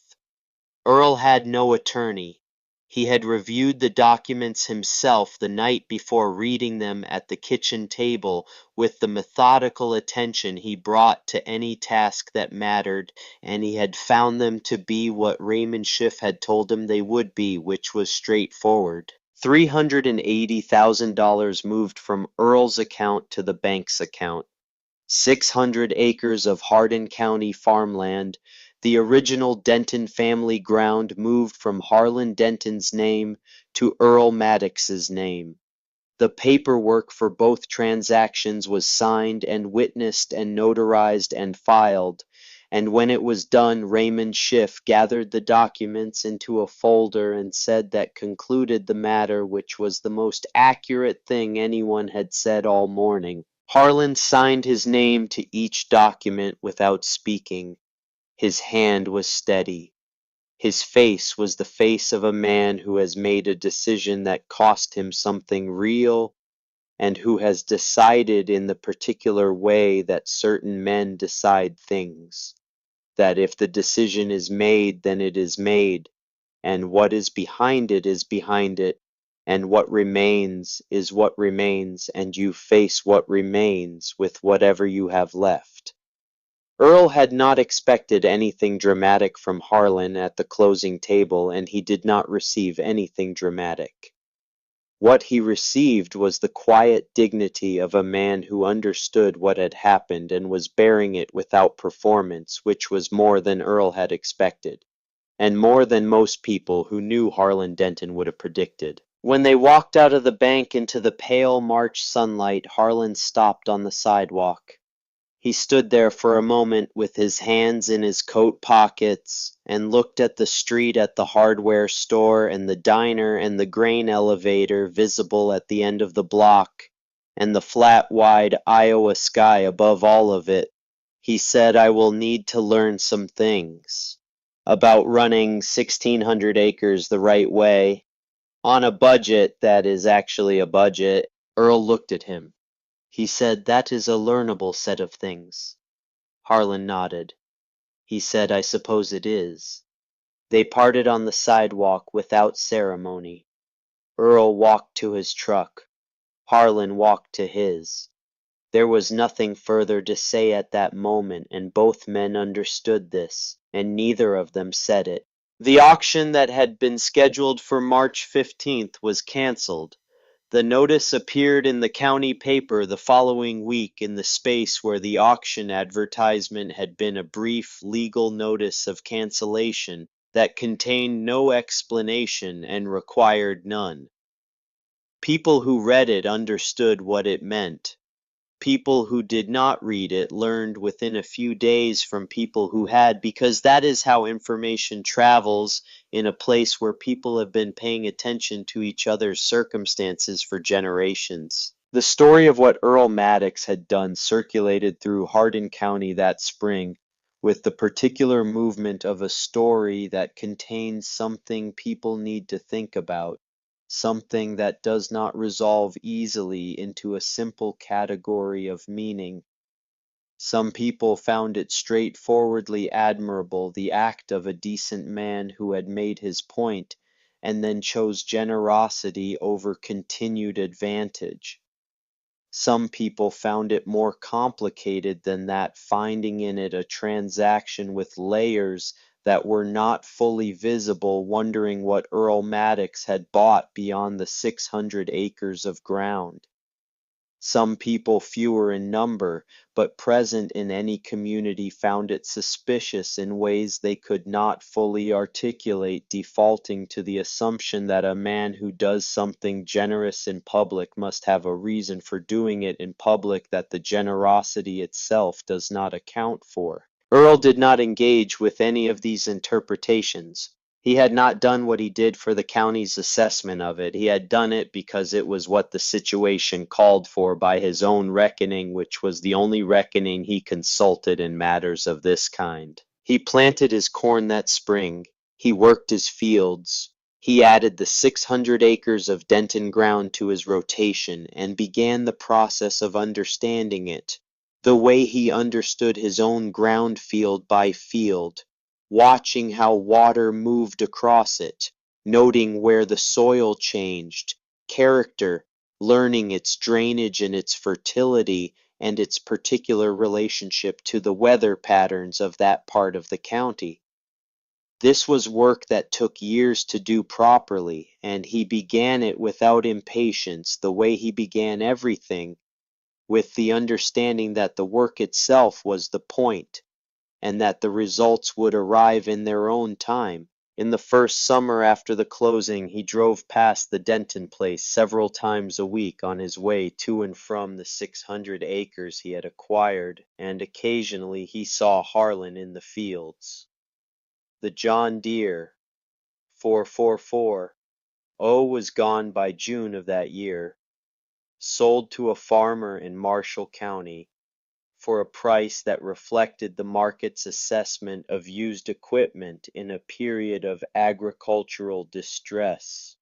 In its place was an older International, a model from the early 1970s, practical and functional and unglamorous in every dimension.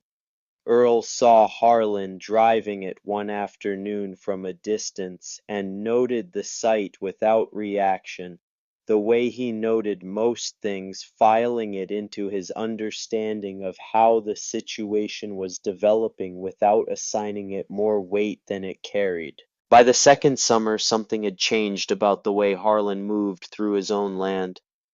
It was subtle enough that most people would not have noticed it or would not have had the context to interpret it correctly if they had noticed it. Earl noticed it because he had been watching Harlan Denton for years, with the careful attention he applied to problems that required sustained observation before they became fully legible. What he saw was a man who was beginning to farm rather than perform farming, a man who was beginning to be interested in the work itself rather than in what the work signified about him. The equipment shed at the Denton place began to look different.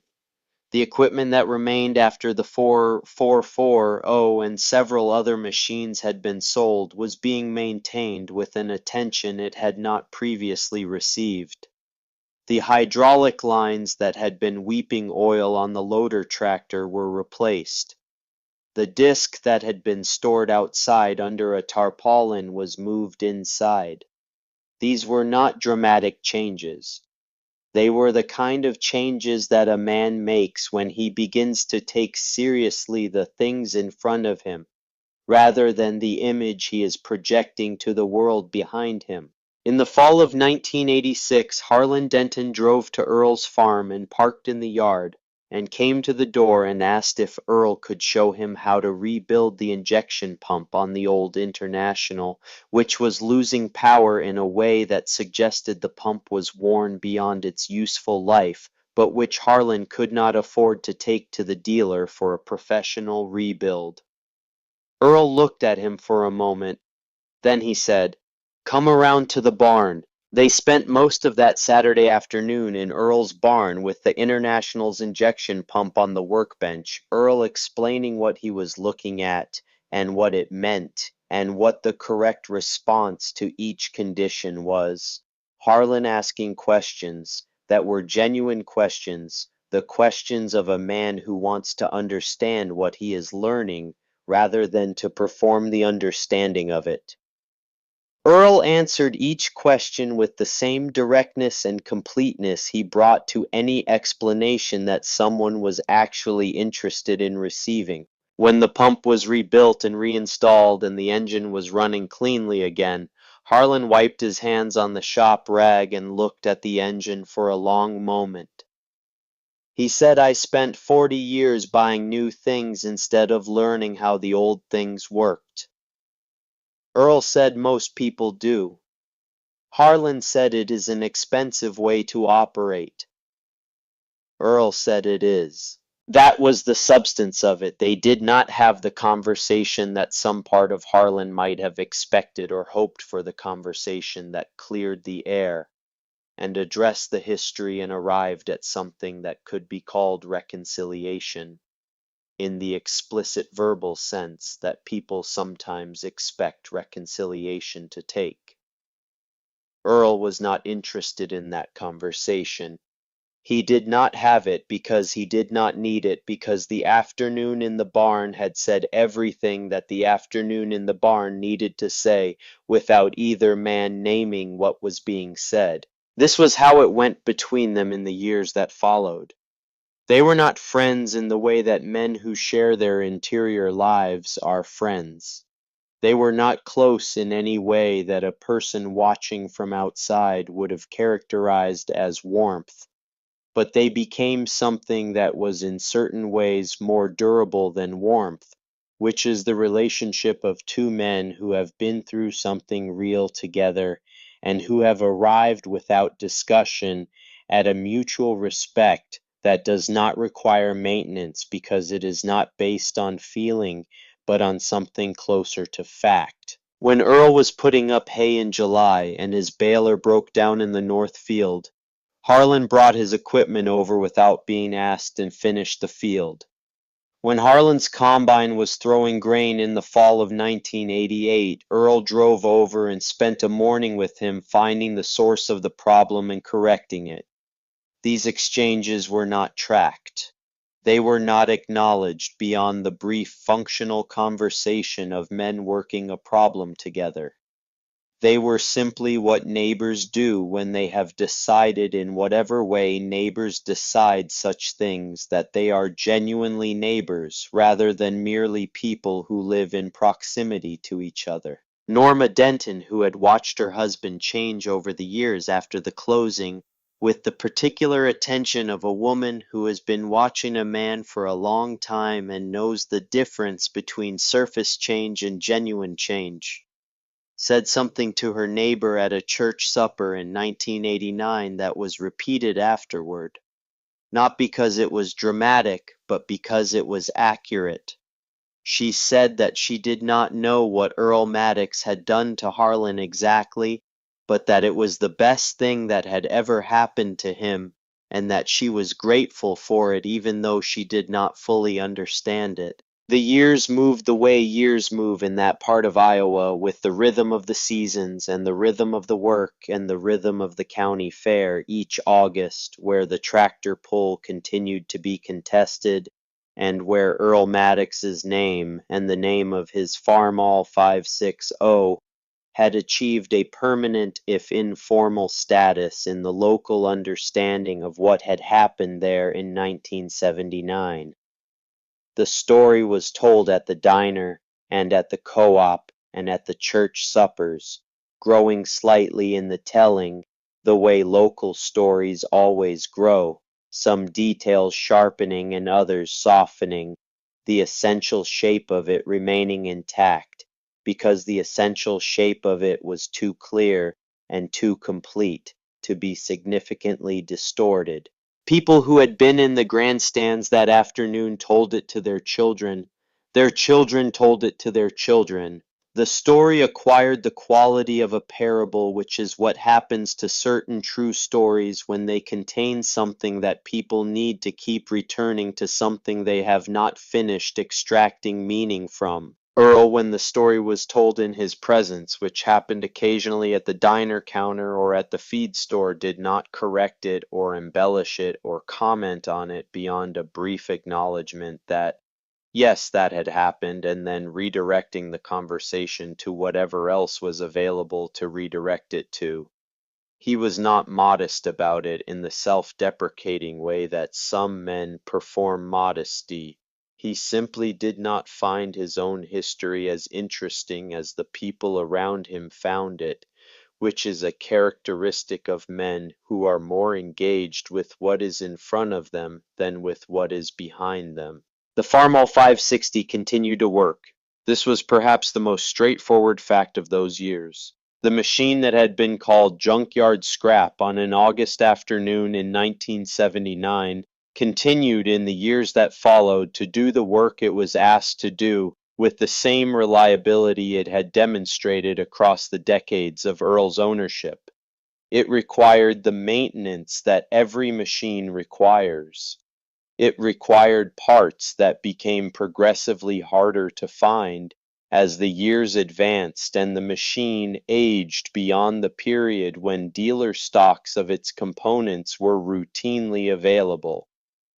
Earl found the parts he needed through the network of contacts that long-term operators of older equipment developed, the salvage yards and the retired mechanics and the other farmers who had run the same machines and had kept the surplus inventory they had accumulated. He never considered replacing it.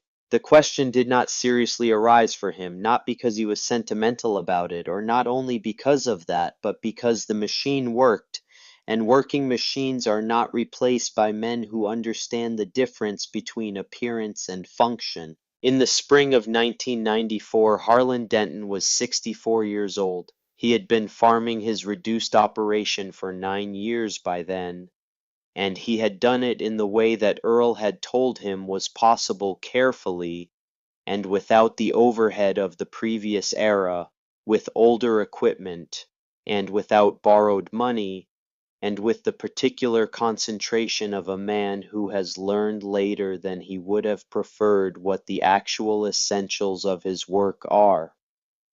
He had not become a different person. He was still Harlan Denton, still a man with a strong jaw and a carrying voice, and the residual confidence of someone who had been large in the world. But the shape of his largeness had changed.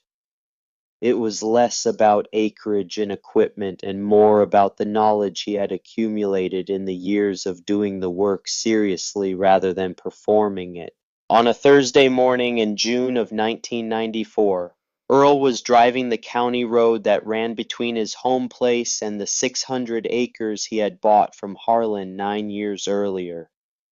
It was a route he drove several times a week during the growing season, and he drove it with the automatic attention that familiar routes acquire, present enough to notice anything that required noticing, relaxed enough not to treat it as a task. He noticed the combine. It was Harlan's combine, a machine that Earl recognized from a distance by its configuration and its color, sitting stopped in the middle of Harlan's north cornfield at an angle that was not the angle of a machine that had been parked deliberately.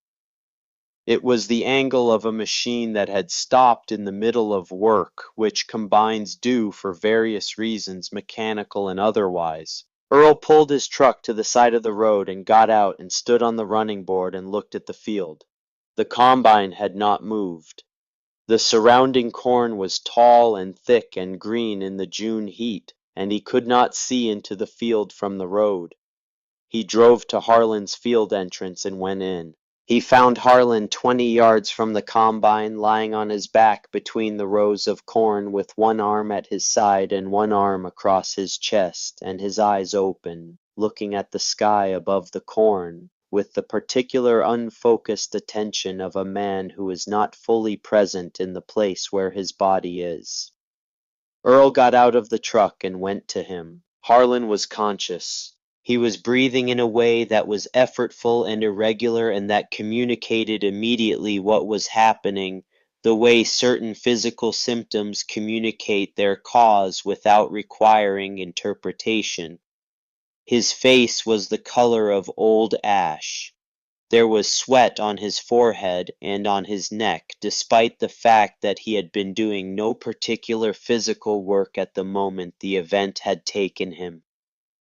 Earl knelt beside him in the dirt between the corn rows and said his name. Harlan looked at him. His eyes found Earl's face with the slow, deliberate movement of a man marshalling what is available to him. He said something that was very quiet and that Earl leaned down to hear. What he said was, "I figured you would find me eventually." Earl said, "Do not talk." He put his hand on Harlan's shoulder briefly, the kind of contact that communicates steadiness without making any promises the situation cannot support. Then he stood and went to his truck and drove to the road at a speed that was appropriate to the urgency, and went to the nearest farmhouse and knocked on the door and asked to use the telephone. He called for the ambulance. Then he drove back to the field and went in and sat beside Harlan in the dirt between the corn rows and waited. The ambulance came in 14 minutes. In those 14 minutes, Earl talked to Harlan not constantly, not in the performed way that people sometimes talk to someone in distress, filling the silence with reassurance that serves the talker more than the listener, but intermittently and quietly saying practical things, the kind of things that give a man something to hold on to without requiring anything from him. He said the ambulance was coming. He said the field would wait. He said Harlan County Medical Center had a good cardiac unit, that he knew this because Walt Pruitt had been there the previous year and had done well. He said, "You are going to be all right." This last thing he said not because he was certain of it, but because it was the right thing to say to a man lying in a cornfield in June who needed something to hold on to while the sirens were still distant. Harlan survived. He was in the hospital for 11 days and in a rehabilitation facility for 3 weeks after that. The cardiologist was direct with him in the way that cardiologists are direct with 64-year-old men who have had significant cardiac events, laying out the parameters of what was possible going forward and what was not. Farming at the scale Harlan had been doing it was not possible. Not the physical farming, the climbing in and out of equipment, the long days in the heat, the sustained exertion that the body requires of a man running a crop operation. The cardiologist did not say this to be harsh. He said it because it was true, and because a man who had once lost most of what he had by refusing to hear true things being said to him deserved to have the true things said clearly. Harlan heard it. He lay in the hospital bed and he heard it with the same quiet steadiness he had brought to the closing table at the Hardin County Bank 9 years earlier. Colt came. He was in his mid-30s by then, living in Ames, where he worked for an engineering firm, married with 2 children, whose photographs sat on the nightstand in Harlan's hospital room, and who called their grandfather on the phone and said things that children say when they have been told an adult they love is in the hospital, things that were simple and unfiltered, and that meant more than the more sophisticated things the adults around Harlan were saying. Colt had his father's jaw and his father's frame, and a quality of directness that Earl, when he met him briefly in the hospital parking lot the second week of Harlan's stay, recognized as something that had perhaps come from watching his father lose everything that directness avoids, and then rebuild on the other side of that loss. Colt shook Earl's hand. He said he had heard about what Earl had done in 1985. He said he did not know what to think about it exactly, even all these years later. He said he thought it was probably more than his father deserved at the time, and then he said that his father had probably become someone who deserved it by now, and that he was not sure which of those things was more true. Earl said that they were both true, and that was all right. Colt looked at him for a moment. Then he nodded. In the fall of 1994, 4 months after the cardiac event in the cornfield, Harlan Denton asked Earl Maddox to buy the remaining 1,600 acres. He made this request in person, driving to Earl's farm on a September afternoon when the corn was dry and the air had the particular quality of Iowa September air, cool and clear and carrying the smell of harvest beginning. He sat in Earl's kitchen at the kitchen table where Earl had sat in the winter of 1971 reading about his Farmall, and in the early spring of 1985 reading the foreclosure notice in the county paper. It was the same table.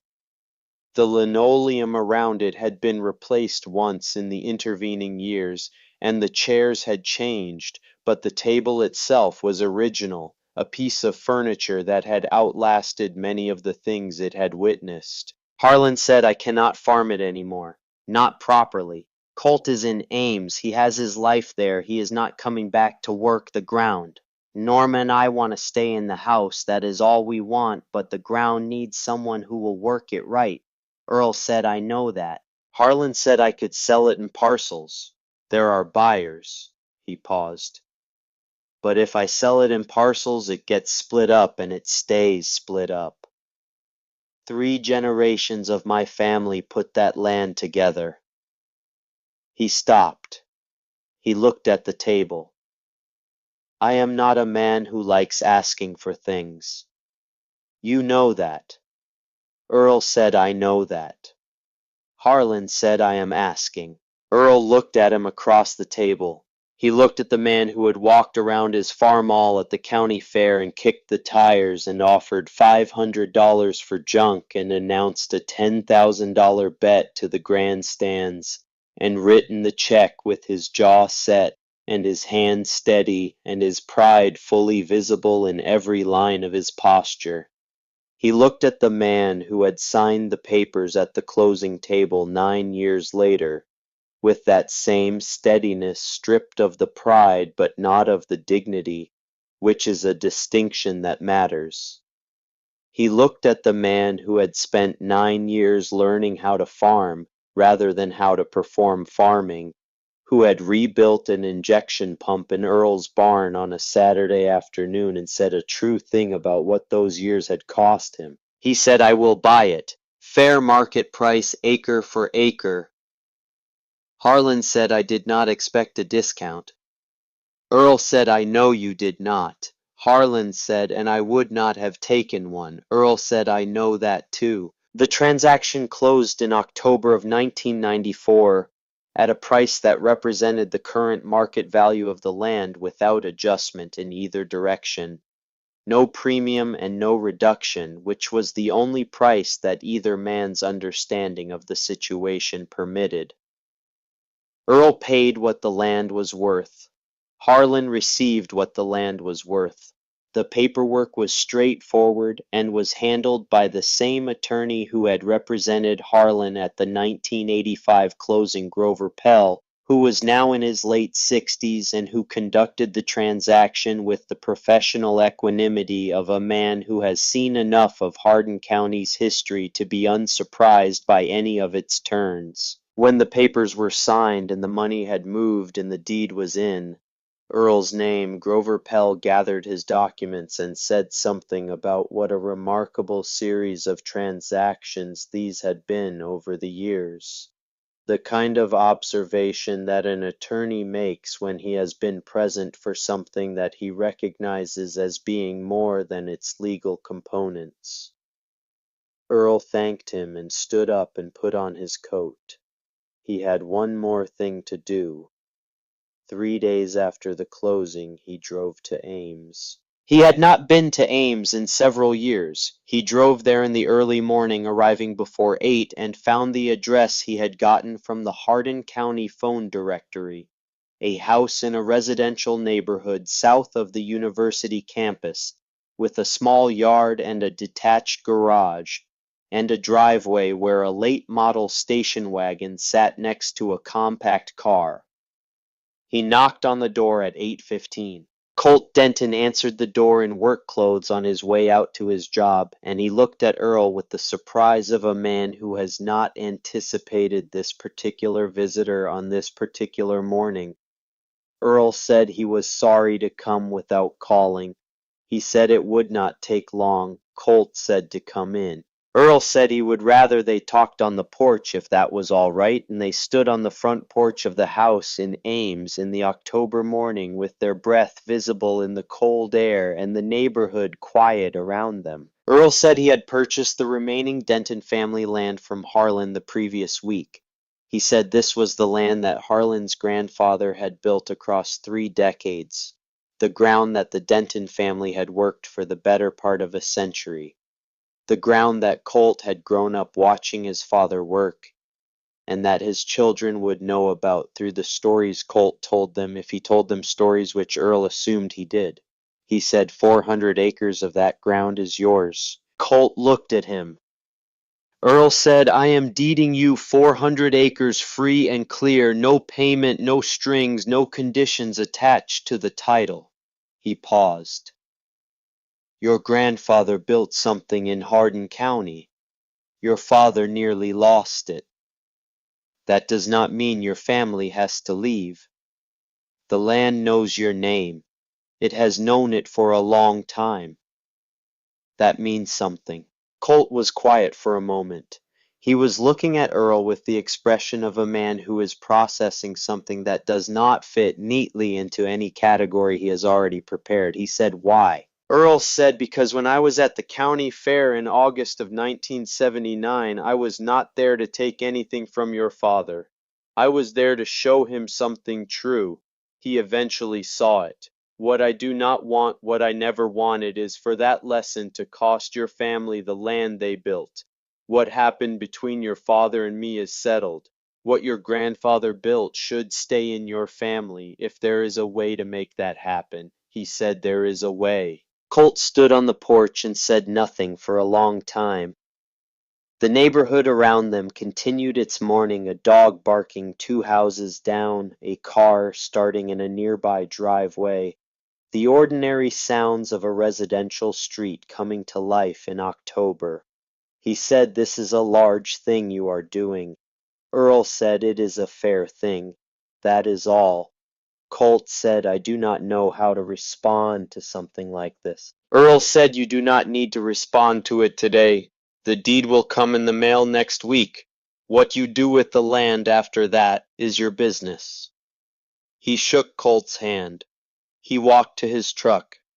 He drove back to Hardin County the way he had come on the state highway north through the flat land, the fields stretching away on both sides in their October colors, the corn cut and the ground bare and the sky very large and very blue above it all. He did not stop on the way home. He drove directly to the farm and parked in the yard and went to the barn. He stood with his hand on the engine block of the Farmall 560.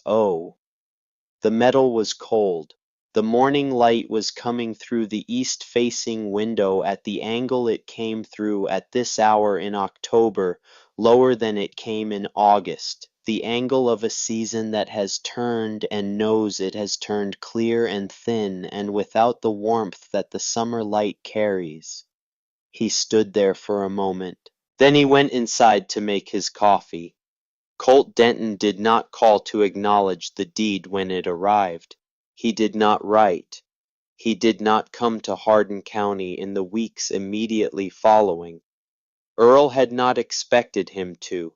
He had not done what he did in order to receive a particular response, and the absence of response did not alter his sense of whether the action had been the right one.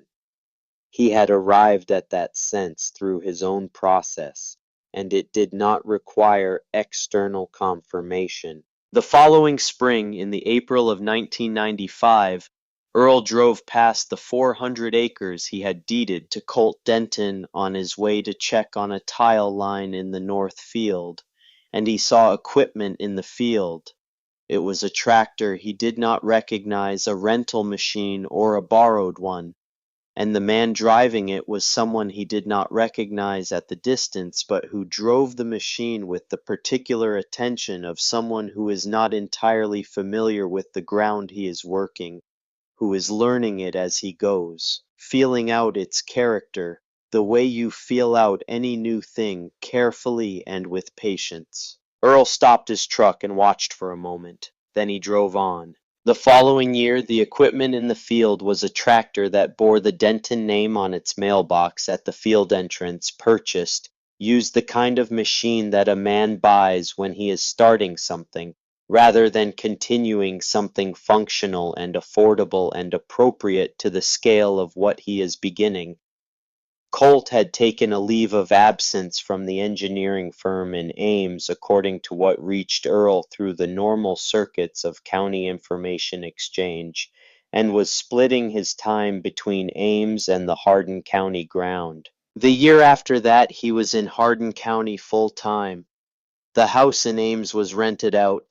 Colt and his family lived in a rented farmhouse on the east side of the county while he worked the 400 acres and made his decisions about what the land needed and how to give it what it needed, which is the fundamental problem of farming and the one that is never fully solved and never fully abandoned. He came to Earl's farm on a Saturday morning in October of 1997, 3 years after the deed had arrived in his mailbox in Ames.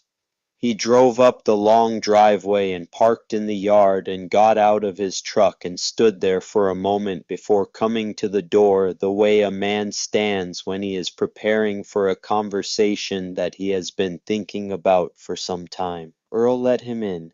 They sat at the kitchen table. Colt said, "I owe you something." He said, "I have been thinking about what it is for 3 years, and I am not sure I have the right word for it."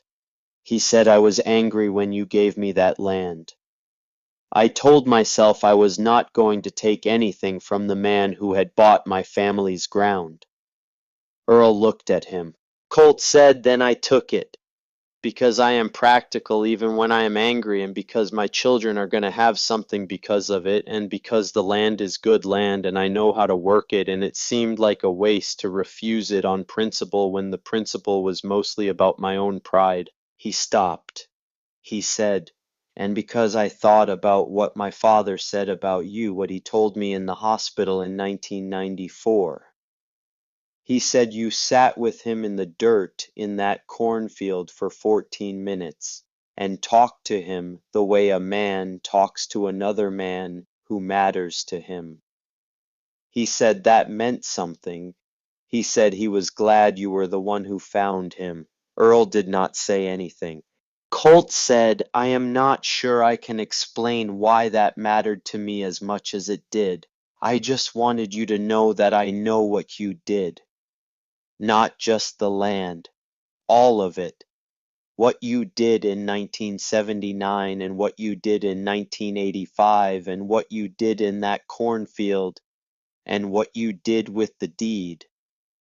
I understand what it adds up to." Earl looked at him for a long moment. He looked at Harlan Denton's jaw on Colt Denton's face, and Harlan Denton's directness in Colt Denton's voice, and something else that was not Harlan at all, something that had perhaps been there all along in the Denton line and had simply not had the right conditions to express itself until now. He said, "Your grandfather put something into that ground. So did your father in his way, even the parts of it that went wrong. You are the one who has to figure out what to do with it from here. That is all any of us get to do. He said you are doing it, that is enough." They sat at the table for a while longer, not talking about anything in particular, which is the way that certain important conversations end, not with a summation, but with the ordinary continuation of two men in a room who have said what needed to be said and are now simply present with each other in the quiet that follows the saying of it. When Colt left, Earl walked to the barn. He stood with his hand on the engine block of the Farmall 560 and looked at the machine in the afternoon light. It was a machine that had been manufactured in 1961 and that carried inside its engine block the prototype components of a tractor that had never existed as a production model. The experimental work of engineers who were trying to understand what was possible before the production lines were committed to a particular possibility. It was a machine that had been sold as something ordinary and had revealed itself to the man who was paying close enough attention to be something considerably less ordinary than it appeared. It was a machine that had pulled a sled 300 feet in the preliminary round of the 1979 Hardin County Fair tractor pull and 287 feet in the finals distances that had established in front of 2,000 witnesses a truth about the relationship between appearance and reality that the county had been talking about for 18 years by that October afternoon in 1997, and would talk about for much longer still. It was a machine that had done nothing more than what it was capable of doing, which had been enough. Earl left his hand on the engine block for a moment. Then he nodded once, the same nod he had given it on the morning of August 18th, 1979. The morning before the fair, and on every morning before and after that, the small, complete acknowledgment between a man and the machine that had been his working partner for more than 30 years. Then he went inside. Earl Maddox farmed his land until he was 75 years old. His son, a quiet man named Lewis, who had grown up watching his father work, and had absorbed the approach to work, and to farming, and to the maintenance of machinery that Earl had spent his life developing, took over the operation in 2010, and ran it with the same methodical attention his father had brought to it, which was the only inheritance that Earl considered worth passing on. Earl died in the spring of 2012 at the age of 77. He had been in declining health for 2 years, a slow diminishment of the body that he bore with the same patience and the same absence of performance he had brought to everything else. He did not complain. He did not dramatize. He continued for as long as he was able to walk to the barn each morning and place his hand on the engine block of the Farmall 560, which by 2010 had been fully restored by his grandson, a young man named Paul, who had inherited his grandfather's mechanical inclination and who had spent 2 years stripping the machine to bare metal and rebuilding it with the attention to original specification that serious restoration requires. The Farmall ran better after the restoration than it had run in years. Paul had found things in the engine during the disassembly that Earl had never found or had found and accepted as within tolerance, and he had corrected them, and the machine emerged from the restoration with a quality of operation that was as close as possible to what it had been in 1962 when the engineers at International Harvester had installed their prototype components and sent it out into the world to accumulate the hours and the data that would inform the design of a tractor that would go into production under a different name, leaving this particular machine to find its way through the dealer network and into the hands of a farmer in Hardin County who would drive it for 2 years without knowing what he had bought. After Earl died, Lewis and Paul made a decision about the Farmall. They decided to bring it to the Hardin County Fair each August and park it near the tractor pull track where the competition continued to be held each year, because some things about county fairs do not change regardless of what changes around them.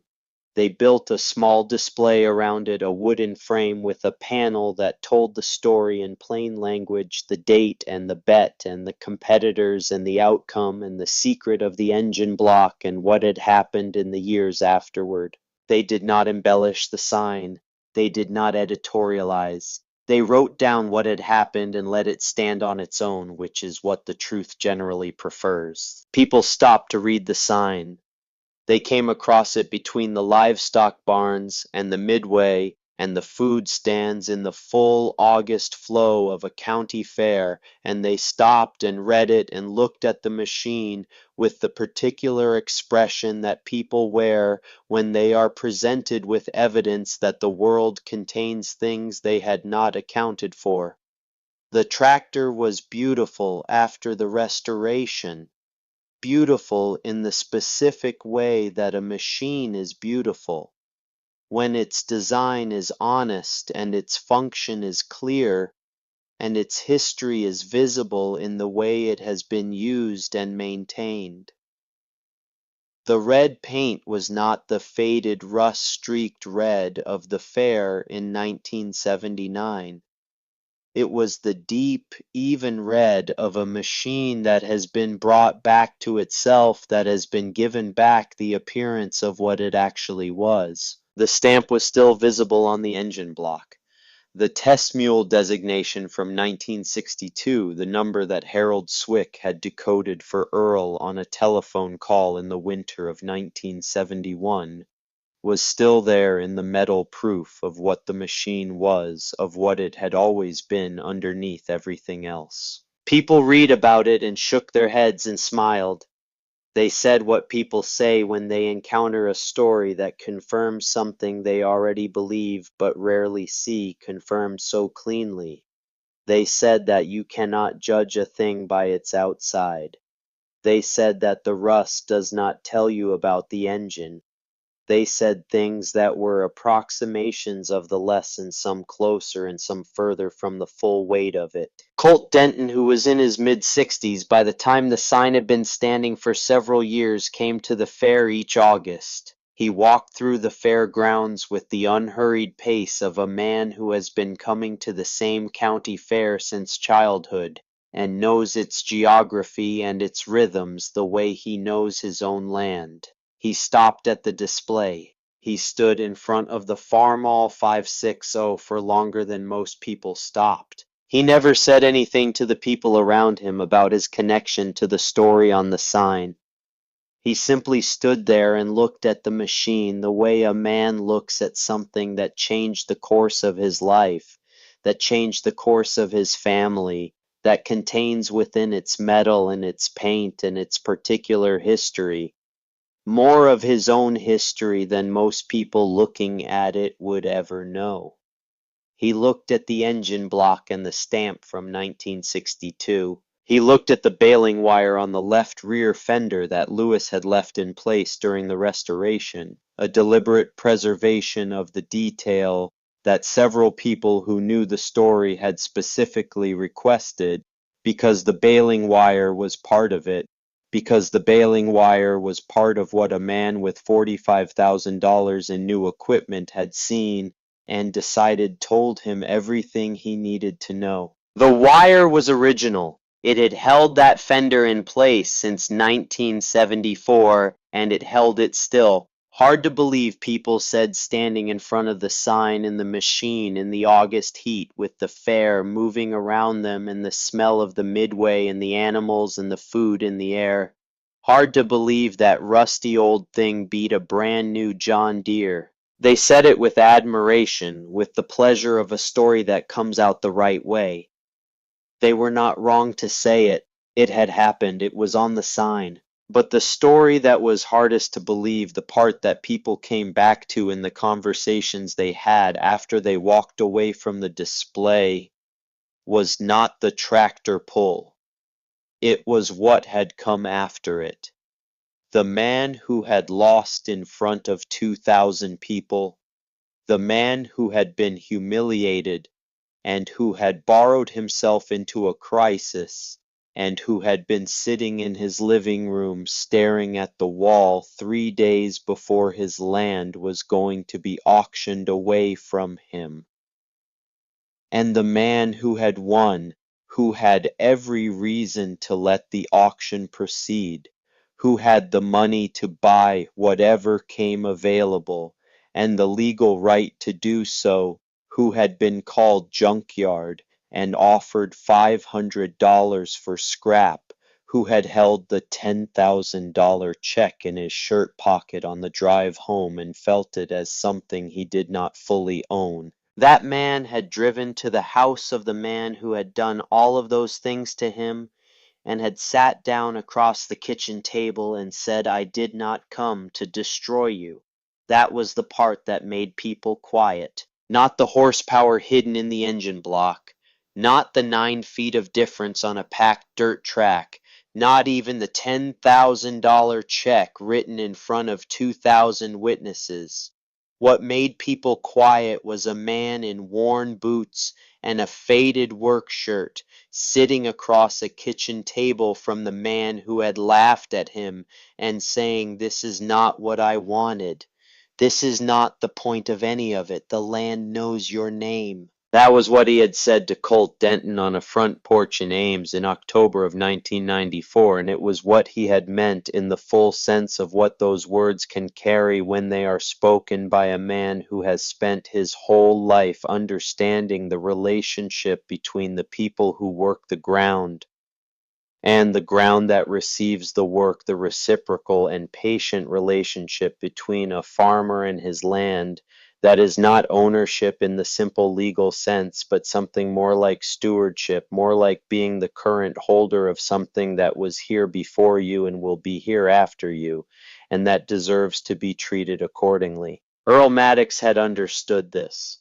He had understood it the way his father understood it, and the way his grandfather had understood it, the three of them passing it forward through the generations, the way certain kinds of knowledge get passed, not through instruction, but through example, through watching how a man does the things he does, and drawing from the watching something that words would only approximate. The Farmall 560 stood in the August light outside the Hardin County Fair each year, and people read the sign and looked at the machine and thought about what it meant. Some of them went away thinking about the engine, about the secret horsepower and the test mule designation and the engineer named Harold Swick, who had told a farmer in Hardin County the truth about what he was working with, and about the patience of keeping a secret for 8 years, until the moment arrived when the secret had somewhere to go. Some of them went away thinking about the bet,